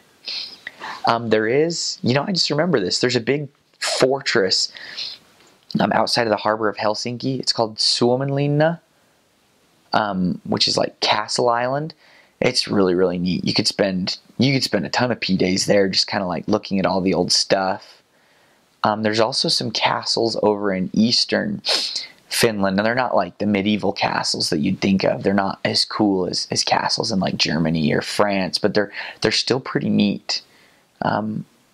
They're just cool to see and to go tour, and they're always more than happy to bring you through things. The town halls are always open, and they're always they're usually really pretty buildings. And so I remember always trying to visit the town halls just to kind of look around. They loved that we were Americans speaking Finnish, and they actually would usually kind of show us around for a little bit. They also, each city's got its own like crest of arms, and the cities make like little pins with those sills on them, and you can collect them. So I've probably got 20 pins from all these different city halls that I visited, and like I said, they loved having Americans there. That was always cool. Street food, if you can find it, was like always really good. They'll have like meat pies or like apple pies that you can buy, and they're just incredible. They're super good. And the ice cream there still to this day is the best ice cream I've had in my life. So you'll see ice cream just all over the place. It's worth spending €1 or €2 to buy it because it's awesome. I've heard it said, I don't know if this is true or not, but I've heard that they eat more ice cream per capita than anywhere else in the world except for like maybe one country. So you gotta take advantage of that. And I know this might sound kind of lame right now, but it was a big deal there. Shopping was huge. Finns are very trendy, and so the missionaries wanted to be trendy too.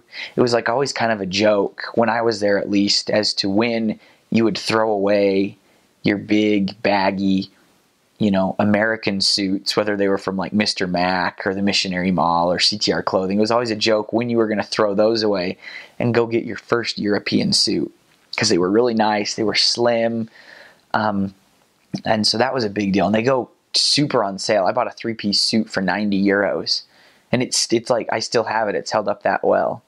So shopping was actually kind of a big deal, and we had a lot of fun with that, trying to find just nice stuff that you could either bring home or wear in the field too. So take that for what it's worth, but it was fun. With the exception of the spiritual rewards that I got, and my testimony growing and all that, absolutely the biggest takeaway and the best thing I got out of my mission was to know the Finnish people and to make friends that live in Finland still to this day. I can't think of anybody on the face of the planet that I admire or love more than them. And, I really do miss them. I in all seriousness, have talked to my wife about actually moving back to Finland, just to be around them again, if I ever had that opportunity in my career. A lot of the stereotypes you'll hear are true. They tend to be a little cold, and they tend to be a little bit reserved, but it's only up front. Like when you really get to know them, they just are incredible. I feel like the Finns were very hardworking, which was something that I don't think I was expecting. Now, obviously not all of them are. You tend to find some lazy people as well, but the majority of people that I met were very hardworking. They were very good. They were intelligent. They were caring. And when you make a friend with a Finn, you're really like a friend, for forever. That's like something we would kind of joke about. But the people that I know, that I had good relationships with, I'm still in contact with today. I still know them, and we still kind of joke about things. And I just loved getting to know them and getting to be around them. I already talked about like the patriotic thing. I thought that was so cool, that they cared so much about their country, and they cared so much about the sacrifices that had been made beforehand for them. I don't know. I really did. I loved being around them. They're very respectful of the people that have gone before them. They're very respectful for the sacrifices that have been made, especially in getting their independence. On Christmas Eve, they actually go and light candles and put them on the grave sites, and they'll put them on the monuments too. There's like war monuments in every city, even though they're not very, they're not like super huge or anything. But if you go walk around on Christmas Eve, it's just incredible, because you go to a cemetery and there's like literally 10,000 candles burning. That was like really, really cool. It's a very special experience. Also, as far as like things that I remember and admire about them, I remember in one of my areas, one of the guys in the bishopric, I guess it was the branch presidency, came and asked us to go home teaching with him. And I didn't know this about the guy at the time, but he was the only member in his family. His wife really didn't like the church very much. The missionaries weren't allowed to come over. But he was in the branch presidency, and he's a really, really good guy. He was older. He was probably 60 years old, but he was like, hey, is it okay if you come home teaching with me? And we were like, we don't really have a lot going on today. Like, we could make that work. So we went with him, and we drove like an hour and a half, like I said, out into the middle of nowhere.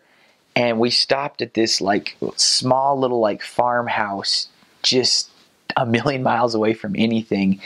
And we got out and we went to go teach this guy a lesson. And this guy was a member, but he hadn't been to church for a really long time. And unfortunately, I can't remember the brother's name from the ward, but I had never seen anybody act the way he acted.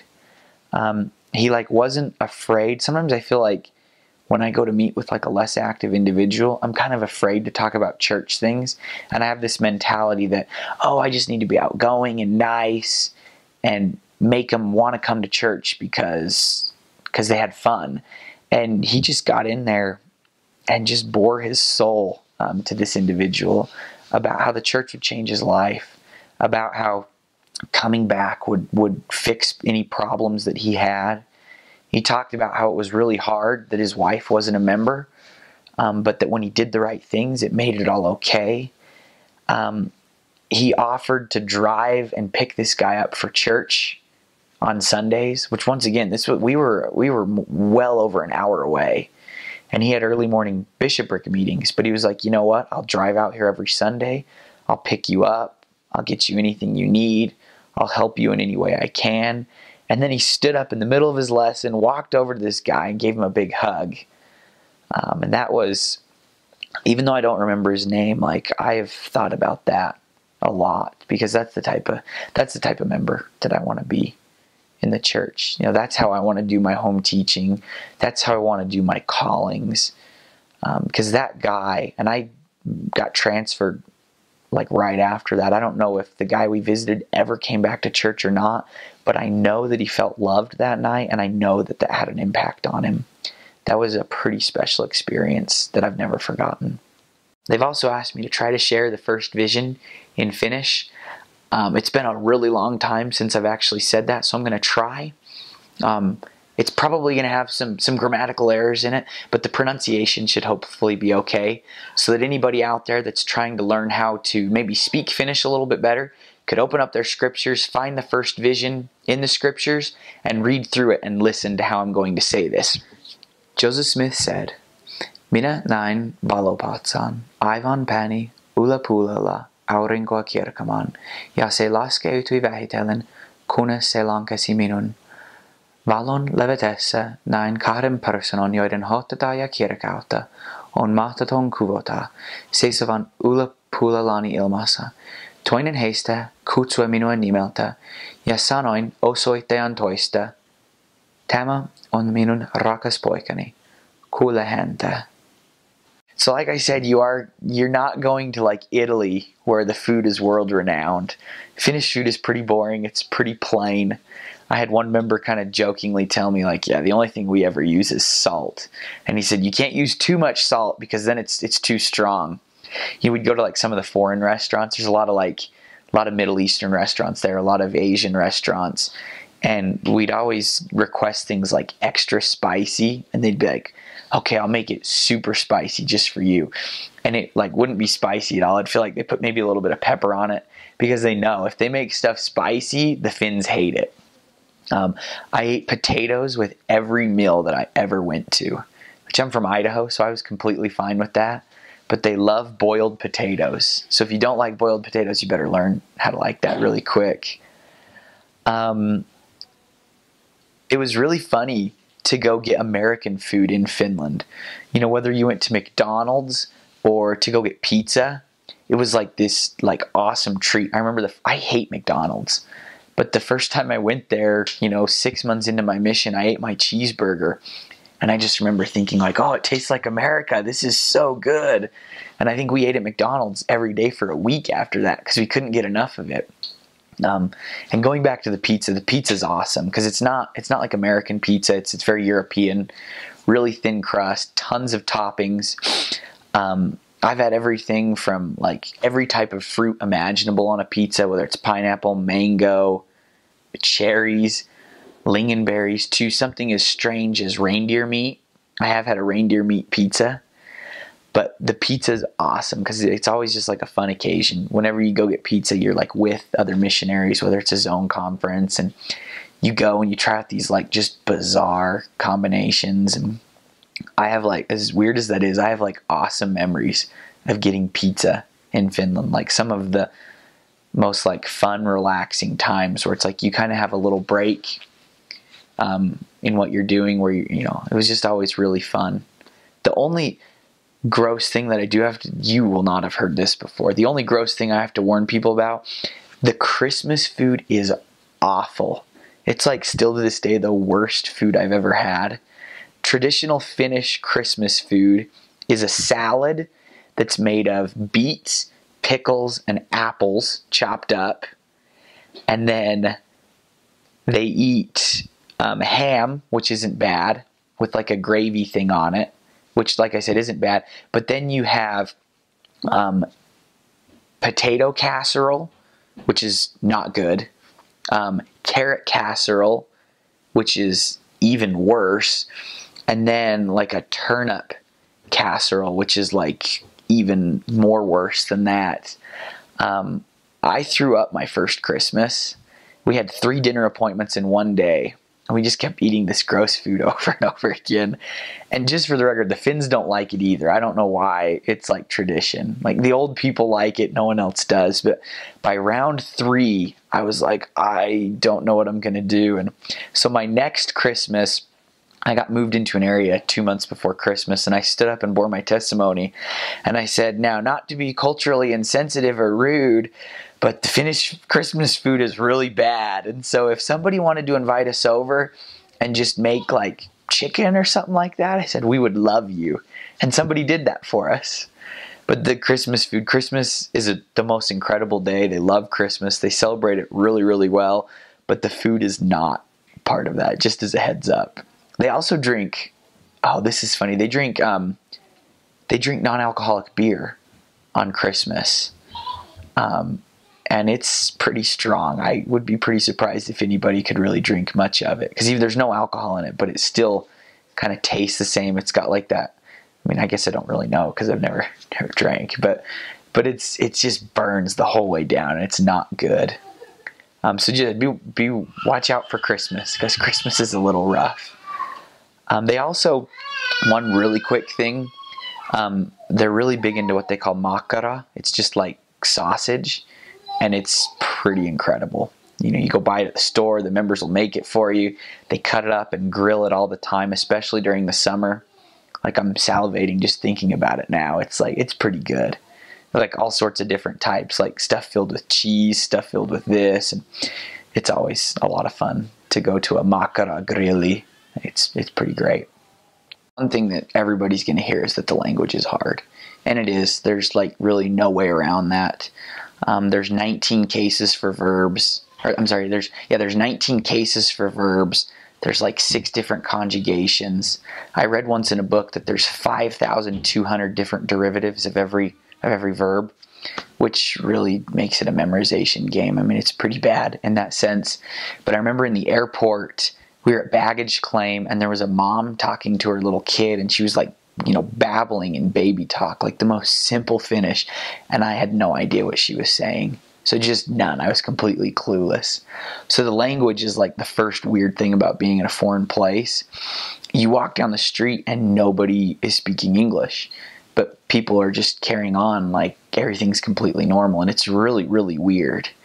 It's also weird leaving and getting back into English. I would say there's 3 big cities, especially for the missionaries. There's a bunch of missionaries in Helsinki and the surrounding areas. There's also a bunch of missionaries in Tampere and that surrounding area. And then in Turku, which is down on the southwestern coast. If you get the chance to go to Turku, it's really the nicest part of the country. It's old, so it's very Swedish. Really pretty countryside. You're right on the ocean. The city's big, but it's not that big. So looking back, Turku was really kind of a hot destination while I was there. That's where a lot of people wanted to go. Later on, they moved a bunch of missionaries up to Oulu, up almost at the Arctic Circle. And those were kind of the 4 cities where all the zones operated out of. And then you'd have missionaries kind of scattered all over from there. A lot of people work for Nokia. Obviously, the company Nokia is Finnish, especially the closer you get to Helsinki. So Espoo, that ward that I started in Espoo 2, it tended to be kind of the place where the Nokia members kind of congregated, as well as anybody that wasn't Finnish. There's a handful of Americans that married Finnish women that are living there, a handful of British guys, and they all work kind of in the same ward. So the English was like just incredible in Espoo, and like I said, probably 40, maybe 50% of the members I felt like worked for Nokia. So that was kind of neat. The food is really plain and really boring.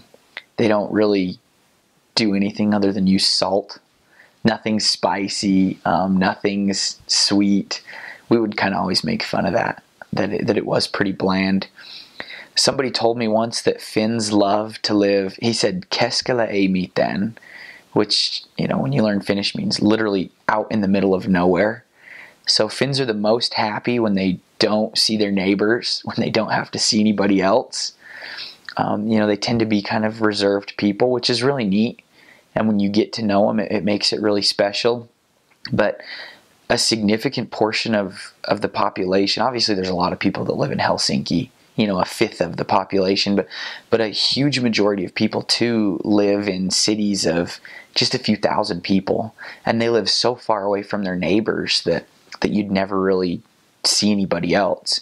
I remember going to a couple dinner appointments where we drove an hour and a half to get to somebody's random house that was out in the middle of nowhere. They love lakes. If you have a house on a lake, you've got everything in the world you could possibly want.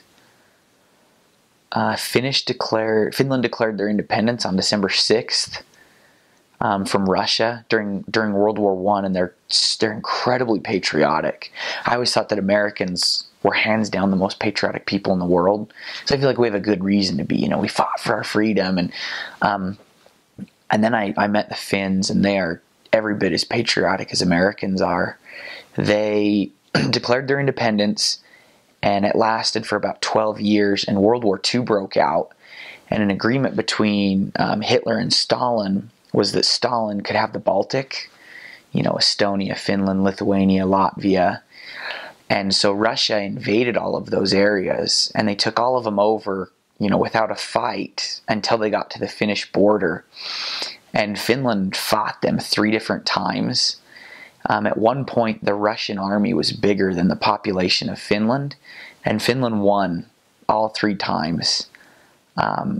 And it was miraculous. There's a lot of different things that went on that contributed to that. It was the coldest winter in recorded history in Europe. The Russian army, the tanks froze. The Finnish army was trained to fight on cross-country skis. But, you had a small little army defeat the Russians, and they still remember it. And they're still very, very patriotic about it. They sing Oi Suomi, O Finland, which is kind of a national anthem of sorts. Most people recognize the tune because it's Be Still My Soul. It's actually a Finnish hymn. It's a Finnish song about Finland, and they sing it on Christmas during Independence Week. And it's funny because Finns don't show a lot of emotion. They don't really cry a lot, especially the older generation. I heard once that the word I love you really only gets said, a handful of times in somebody's life. Like, you don't really tell somebody you love them unless you absolutely do, and it's a really, really special situation. So they're really reserved, but when they sing the national anthem, it was really funny because everybody would cry. So there'd be all these really rough and tough older guys in the wards that were just bawling. That was a pretty neat experience. After World War II, they were the only country that paid off their debts to the United States and other countries. Everybody else defaulted. And then they also had to pay Russia back for the wars that they fought as part of the stipulation.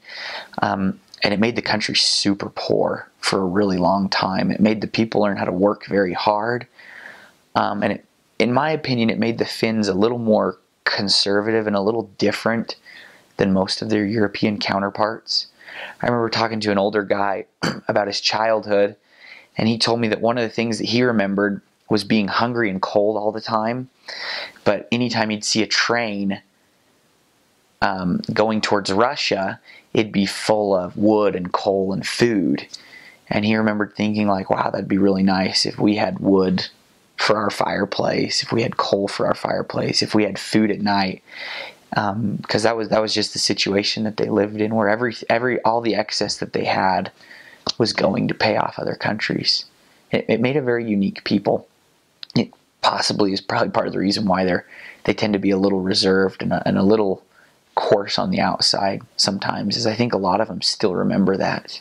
The Mormon Tabernacle Choir went to Finland to do a concert, and they sang Be Still My Soul, and it offended some of the members. They were really upset that the Americans would come. They love Americans, I shouldn't say it like that, but they were really upset that people would come and take the Finnish hymn that is so sacred to them and change the words and sing it to them. I thought that was really funny. The Mormons, they're like, hey, we can sing Be Still My Soul. And they're like, no, don't sing our hymn. Leave us alone. I mean, it's almost a national anthem to them. They do have a national anthem, but I almost felt like they liked Oi Suomi more. So I always thought that was really funny. An older couple in my ward growing up that had actually he had served in Finland, and then they had been back as a couple. And then, long story short, they ended up there again while I was in Finland. So I remember walking down the streets to go to church one day and seeing the Grobergs. And it was like, whoa, I haven't seen them for 8 years, but they were in my ward. They just moved there. But they brought me over a tape, like how to speak Finnish. It was like one of those like really touristy tapes. It was like it told you how to ask where a restaurant is and where's the bathroom and how to say thank you. And then they went through the alphabet, and I was like, oh, I'm so excited to hear the Finnish alphabet, because I thought I'd heard it was really different. Well, long story short, it's not. They use the Swedish alphabet. But there are a couple different letters. Anyway, I threw this tape in, And the guy said, Finnish alphabet. And then he started saying in Finnish, A, B, C, D, E, F. And I remember thinking like, oh, this is pretty straightforward. And then all of a sudden he said, Ruotsalainen A, Ruotsalainen Ö. And I remember thinking like, oh my gosh, like what is that? I thought that whole thing was one letter. I didn't even figure it out until I was in Finland that all he meant, he was saying Ruotsalainen is Swedish. So he was saying Swedish A and Swedish Ö, which are really the only two different letters. The A is an A with dots over it, and the Ö is an O with dots over it. And then the one other really tricky part is that Y actually makes an Ö sound. And Americans really struggle with some of those vowels, especially the Ruotsalainen Ö, because it's not a noise that we make very often in English. You know, they used to tell missionaries, instead of trying to learn how to say to just say So if you meet older missionaries there, my mission president included, their Finnish sounded really funny because instead of saying they'd say And so they'd say, instead of saying ekanin, which is like, do you have a question? They'd say ekernin. And it always just sounded it sounded awful. But those are the tricky sounds, the a, the and the I, because they don't really sound a whole lot different. But the nice thing about pronunciation in Finnish is it's phonetic. So once you kind of learn it, you don't have to relearn it. Everything is said the exact way it's spelled, which was really, really nice. They pause on double consonants. So if you've got two consonants next to each other, you break that up. So instead of like lampy, you'd say lampy, because there's that extra enunciation in there that helps them know that there's two letters. So as far as words go, I'll give you some words. We had some missionary favorites that just sound ridiculous. So the word warmer is lampy-mampy. The word driver is ajaya. So I'd always, when people would ask me to say a Finnish sentence when I got home from my mission, I'd say that driver is warmer than that driver, which is a sentence that makes absolutely no sense. But in Finnish, it's tuo ajaya on lämpimämpi kuin tuo ajaya. That sounds like ridiculous. That's what I always tell people. But you'll get the pronunciation down. That's definitely one thing I would recommend working on in the MTC if you can. Because you can have the best Finnish in the world, and if you sound bad, no one can understand you. I struggled with Finnish a lot. I did really have a hard time with the language. It took me a long time to learn it. And, you know, I don't know if I ever was like ultra proficient in it, but I sounded good when I spoke it. I felt like I had a good accent. And because of that, I think people thought I spoke better than I did. The members always thought that my Finnish was awesome. It was really easy because I could go make sure I'd write out everything the right way it was supposed to be said. And then I'd get up and bear my testimony or give a talk, and I'd have the right answers in front of me, and I knew how to say it well, and they'd just be shocked. They'd be like, wow, how did you learn Finnish so well? And I'd be like, well, funny story, I actually don't know it at all. Because of the consonants and the how easy it is to, case in point, sammako is a different word than samako. One means like, can we come or can we meet? And the other one means frog. So because of that, it's easy to say things that sound really, really stupid. One thing I did, we were in front of all the kids in my ward. There were like 16 kids in front of me, and we had missed a dinner appointment with a family, and I felt really, really stupid about it. I was like, oh, I need to apologize. Like, that was my fault. We missed that dinner appointment. And so I went up to him, and I was going to say, I wanted to say, we're sorry. And usually you just say like anteeksi, which is like excuse me, but I wanted to say like we're really sorry. And the way to say that is olemme, we are, olemme pahoillamme, like we're really, really sorry. But I didn't know how to I didn't know how to like pronounce it or say it.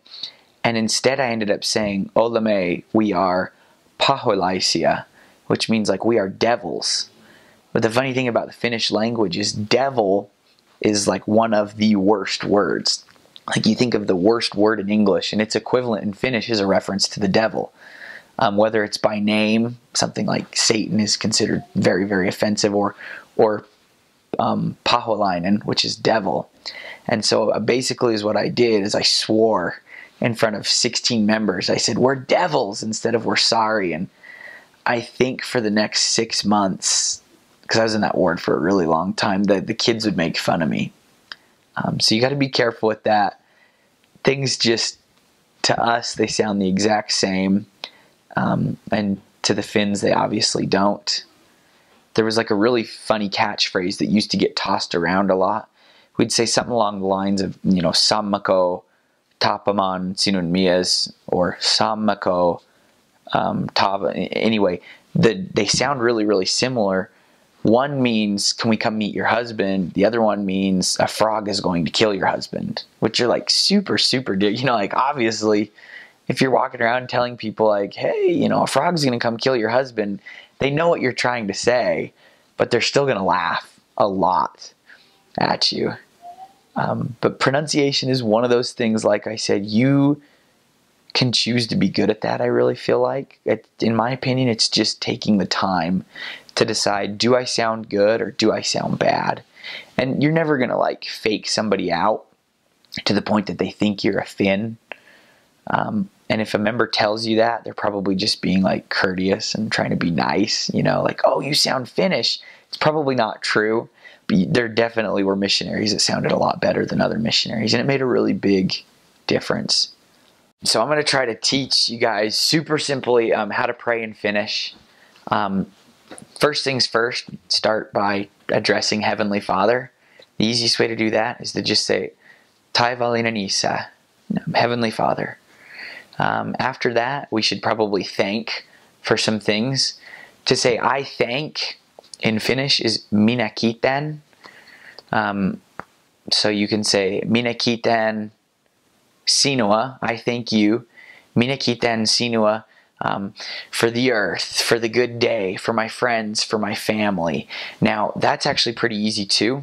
All you need to do is come up with the noun that you're thanking Heavenly Father for.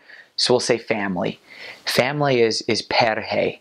And in Finnish, when we thank somebody, we thank them about that thing. So perhe, so I'll need to put about at the end of perhe. And about is just sta. So perhe is family. Perheistä is about my family. So I would say, Taivallinen Isä, Heavenly Father, minä kiitän sinua, I thank you, perheistä, for my family. We could also say for the church. So church is kirkko, and once again, kirkosta is about the church.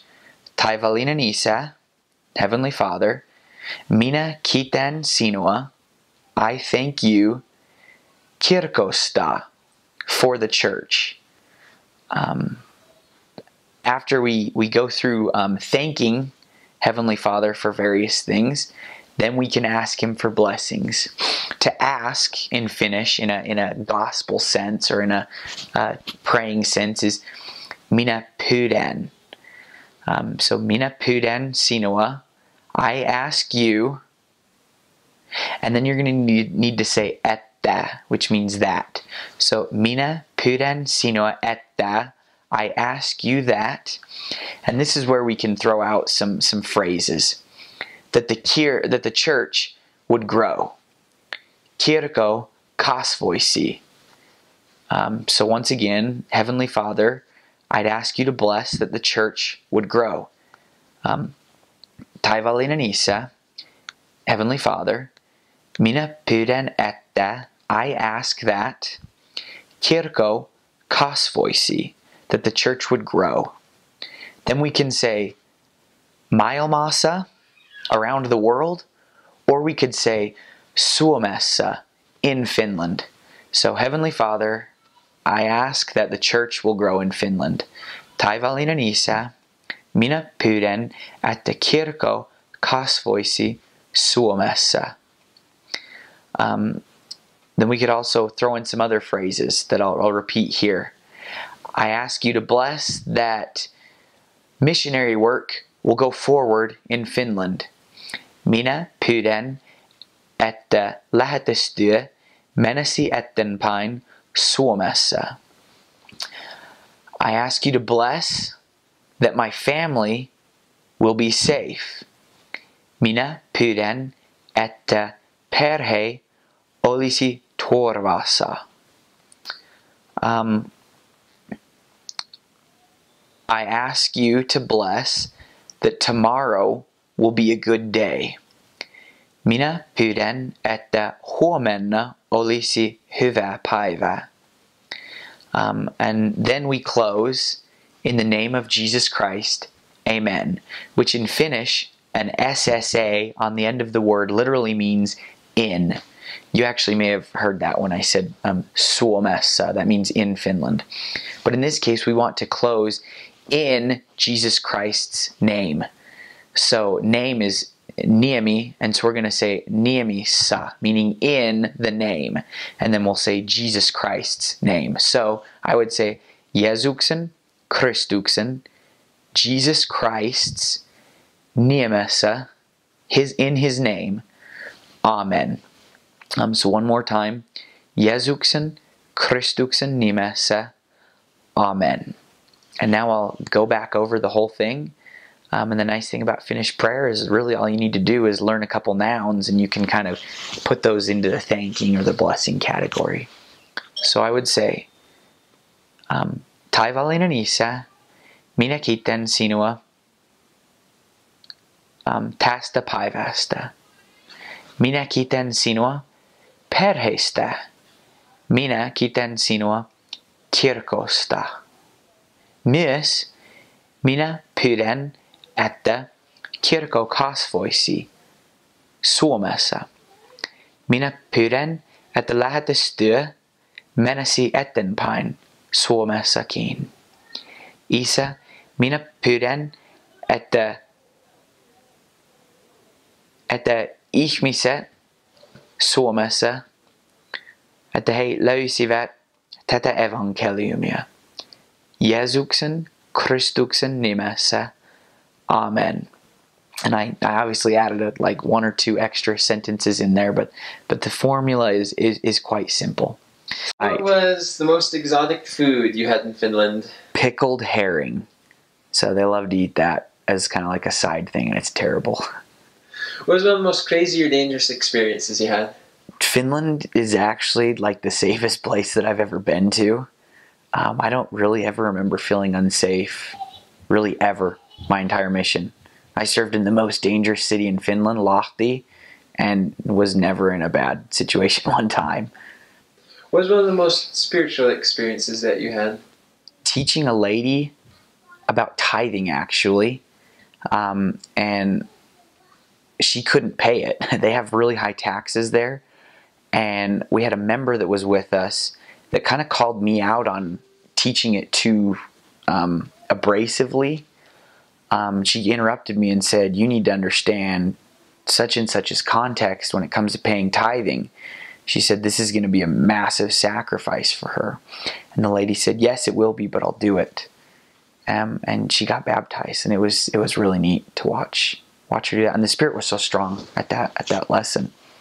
Any funny language mistakes? Yes, going back to the pickled herring, it's called siili, and siili is hedgehog. And so I was eating dinner with a family in Lahti, my favorite city, and they asked me if I had eaten anything interesting. And I said, oh yeah, yesterday I ate siili. And their 5-year-old daughter stuck her hand over her mouth and was trying not to laugh, and I could see the tears running down. And then she fell over. She fell out of her chair onto the ground and just started laughing hysterically. And her older brother turned to me and said, how the heck did you eat a hedgehog? Like, that doesn't even sound good. So you got to watch out for that one. What was one of the greatest life lessons you learned on your mission? Greatest life lessons. It might be cliche, but anybody can be loved. Some people that I thought were really coarse and really hard and had tons of problems when I first met them ended up being some of the best, most gentle, loving people that I've ever met. What was the best skill you developed as a missionary or gained? Absolutely, I think about this a lot actually, was talking to people.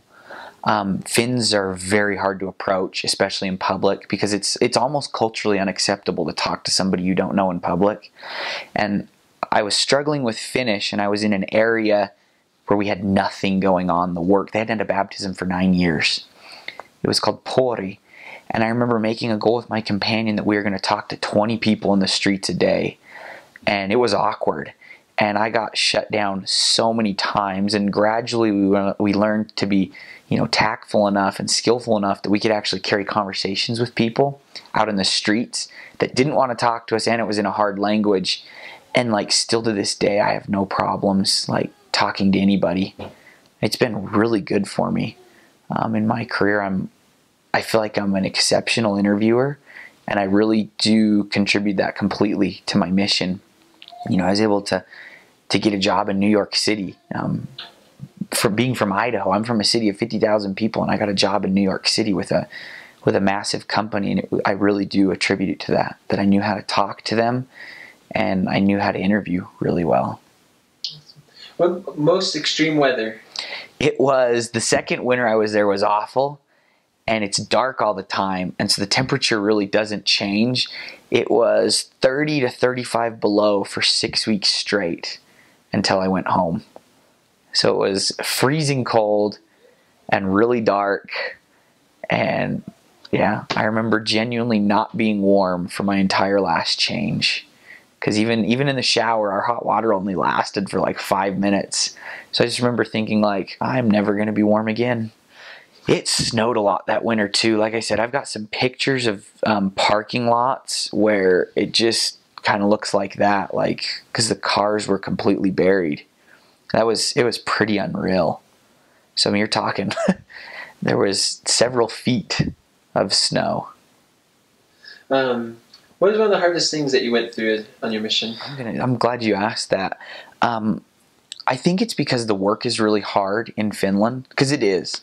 People need to know that going into it. In 2006, the year before I got my mission call, they baptized 12 people in Finland.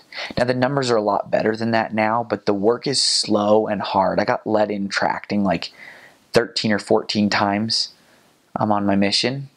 So I had a lot of people tell me no, and I had a lot of people slam doors. I had a lot of people say kind of mean, snarky things, and that was tough at times. But it was also really, really good for me to learn how to take rejection really well. But there were points where the work was slow and we didn't have a lot going on, where it got really, really hard. But then on the same hand, it's not that it wasn't bare bones my whole mission. There was a week where I taught 20 lessons with members present, which is an incredible number. So it's very possible. But somewhere in that spectrum is where you're going to be at most of your mission. Best advice you could give to a missionary going out in the field? Going out in the field, don't have any preconceived notions or expectations. I wouldn't set goals. Okay, that sounds awful. I would set goals, but I wouldn't have this list of things that you really, really want to do in order for your mission to be successful. If you go to Finland with the goal of being an AP or being a zone leader, or if you go to Finland with your huge, with a set city in mind that you want to serve in, chances are it's probably not going to happen. So you may as well save yourself the discouragement and just kind of go with a clean slate and just be ready for whatever you get to do and whatever happens. Like I said, there were 2 places I really wanted to serve in, and I didn't even visit one, and the other one I only saw 2 times. What's the best advice you could give to a missionary just getting home from their mission? Just getting home. Anything you do for the first 6 months is going to be really awkward. That's obviously not completely true, but just take it for what it is. It's an incredible experience to come home. As sad as you are to leave, and as much as I miss the people, there really is nothing quite like coming home from a mission at the right time, having done the right things. You know, seeing my family was just so fun. Every new thing that I did was fun. It was fun to go watch a movie, and it was fun the first time that I went and played football with my little brothers. And it's just an incredible experience. So cherish that too, because I actually look back at the first 4 months I was home from my mission with like the same amount of reverence and like enjoyment as I do looking back on the whole thing, because it really was a unique, fun part of my life. So you know, don't forget that. Don't get caught up in the moment. Don't be so focused on going to the future and like accomplishing all these things, and don't be so caught up on looking back to the past that you forget to live in like the newly returned missionary stage of life, because it's very unique and you'll never have that again. Well, I love to give advice. It may or may not be worth anything, but I'm always trying to give people advice. But I've come across this concept called the wedge of opportunity. And as what the wedge of opportunity means is that it's always easier to do something when you're younger than when you're older. The older you get, the harder it is to change, and the harder it is to do something. So case in point, I'm in my second to last semester of college, and it would be really, really hard for me to decide I wanted to change my major. So if I decide tomorrow that I want to be a history professor or a doctor, it's not really going to happen, because that was a decision that I needed to make 5 years ago. So the reason why that's pertinent to right now is because the wedge of opportunity applies specifically to an 18, 19-year-old kid that has just gotten his mission call. Because you're at a stage in your mission, you're at a stage in your life where you can absolutely do anything that you want to do. You can be the type of missionary that you want to be. You can help as many people as you want to help. You can learn the language as well as you want to learn it, and you can learn the gospel as well as you want to learn it. But if you fast forward a year and a half to when you only have 6 months left on your mission, that's not going to be as big of an option anymore. You won't have that opportunity to get to decide that you want to be a good missionary. So that's my first bit of advice, and my first big plug is you can be whatever type of missionary you want to be right now. You can start working on that, and you can have your full 2 years to experience it. My mission has meant so much to me in a million different ways. It's meant a lot to me spiritually, in the sense that I grew and my testimony was strengthened. It's meant a lot to me from like a temporal perspective as well. I've done significantly better in school, having served a mission, and I've been able to talk to people and be a lot more outgoing as opposed to before. I know that the church is true, and I know that missionary work is very, very possible in Finland. I'm actually going to share a story just because of the purpose of these videos that I really don't share with very many people. This is something that I only have talked about in very, very close circles. I got moved to a city that hadn't had a baptism for 9 years when I got there. It was over on western Finland. It was a city by the name of Pori. And the joke was that Pori was the city where they sent like missionaries to like die, in the sense that like they'd send them there for the last couple months to go home, or that they'd send missionaries that they'd had problems with to go there just because they could kind of like send them there and forget about them. And I was really discouraged when I first got to Pori. They didn't have any investigators. They didn't have any work going on.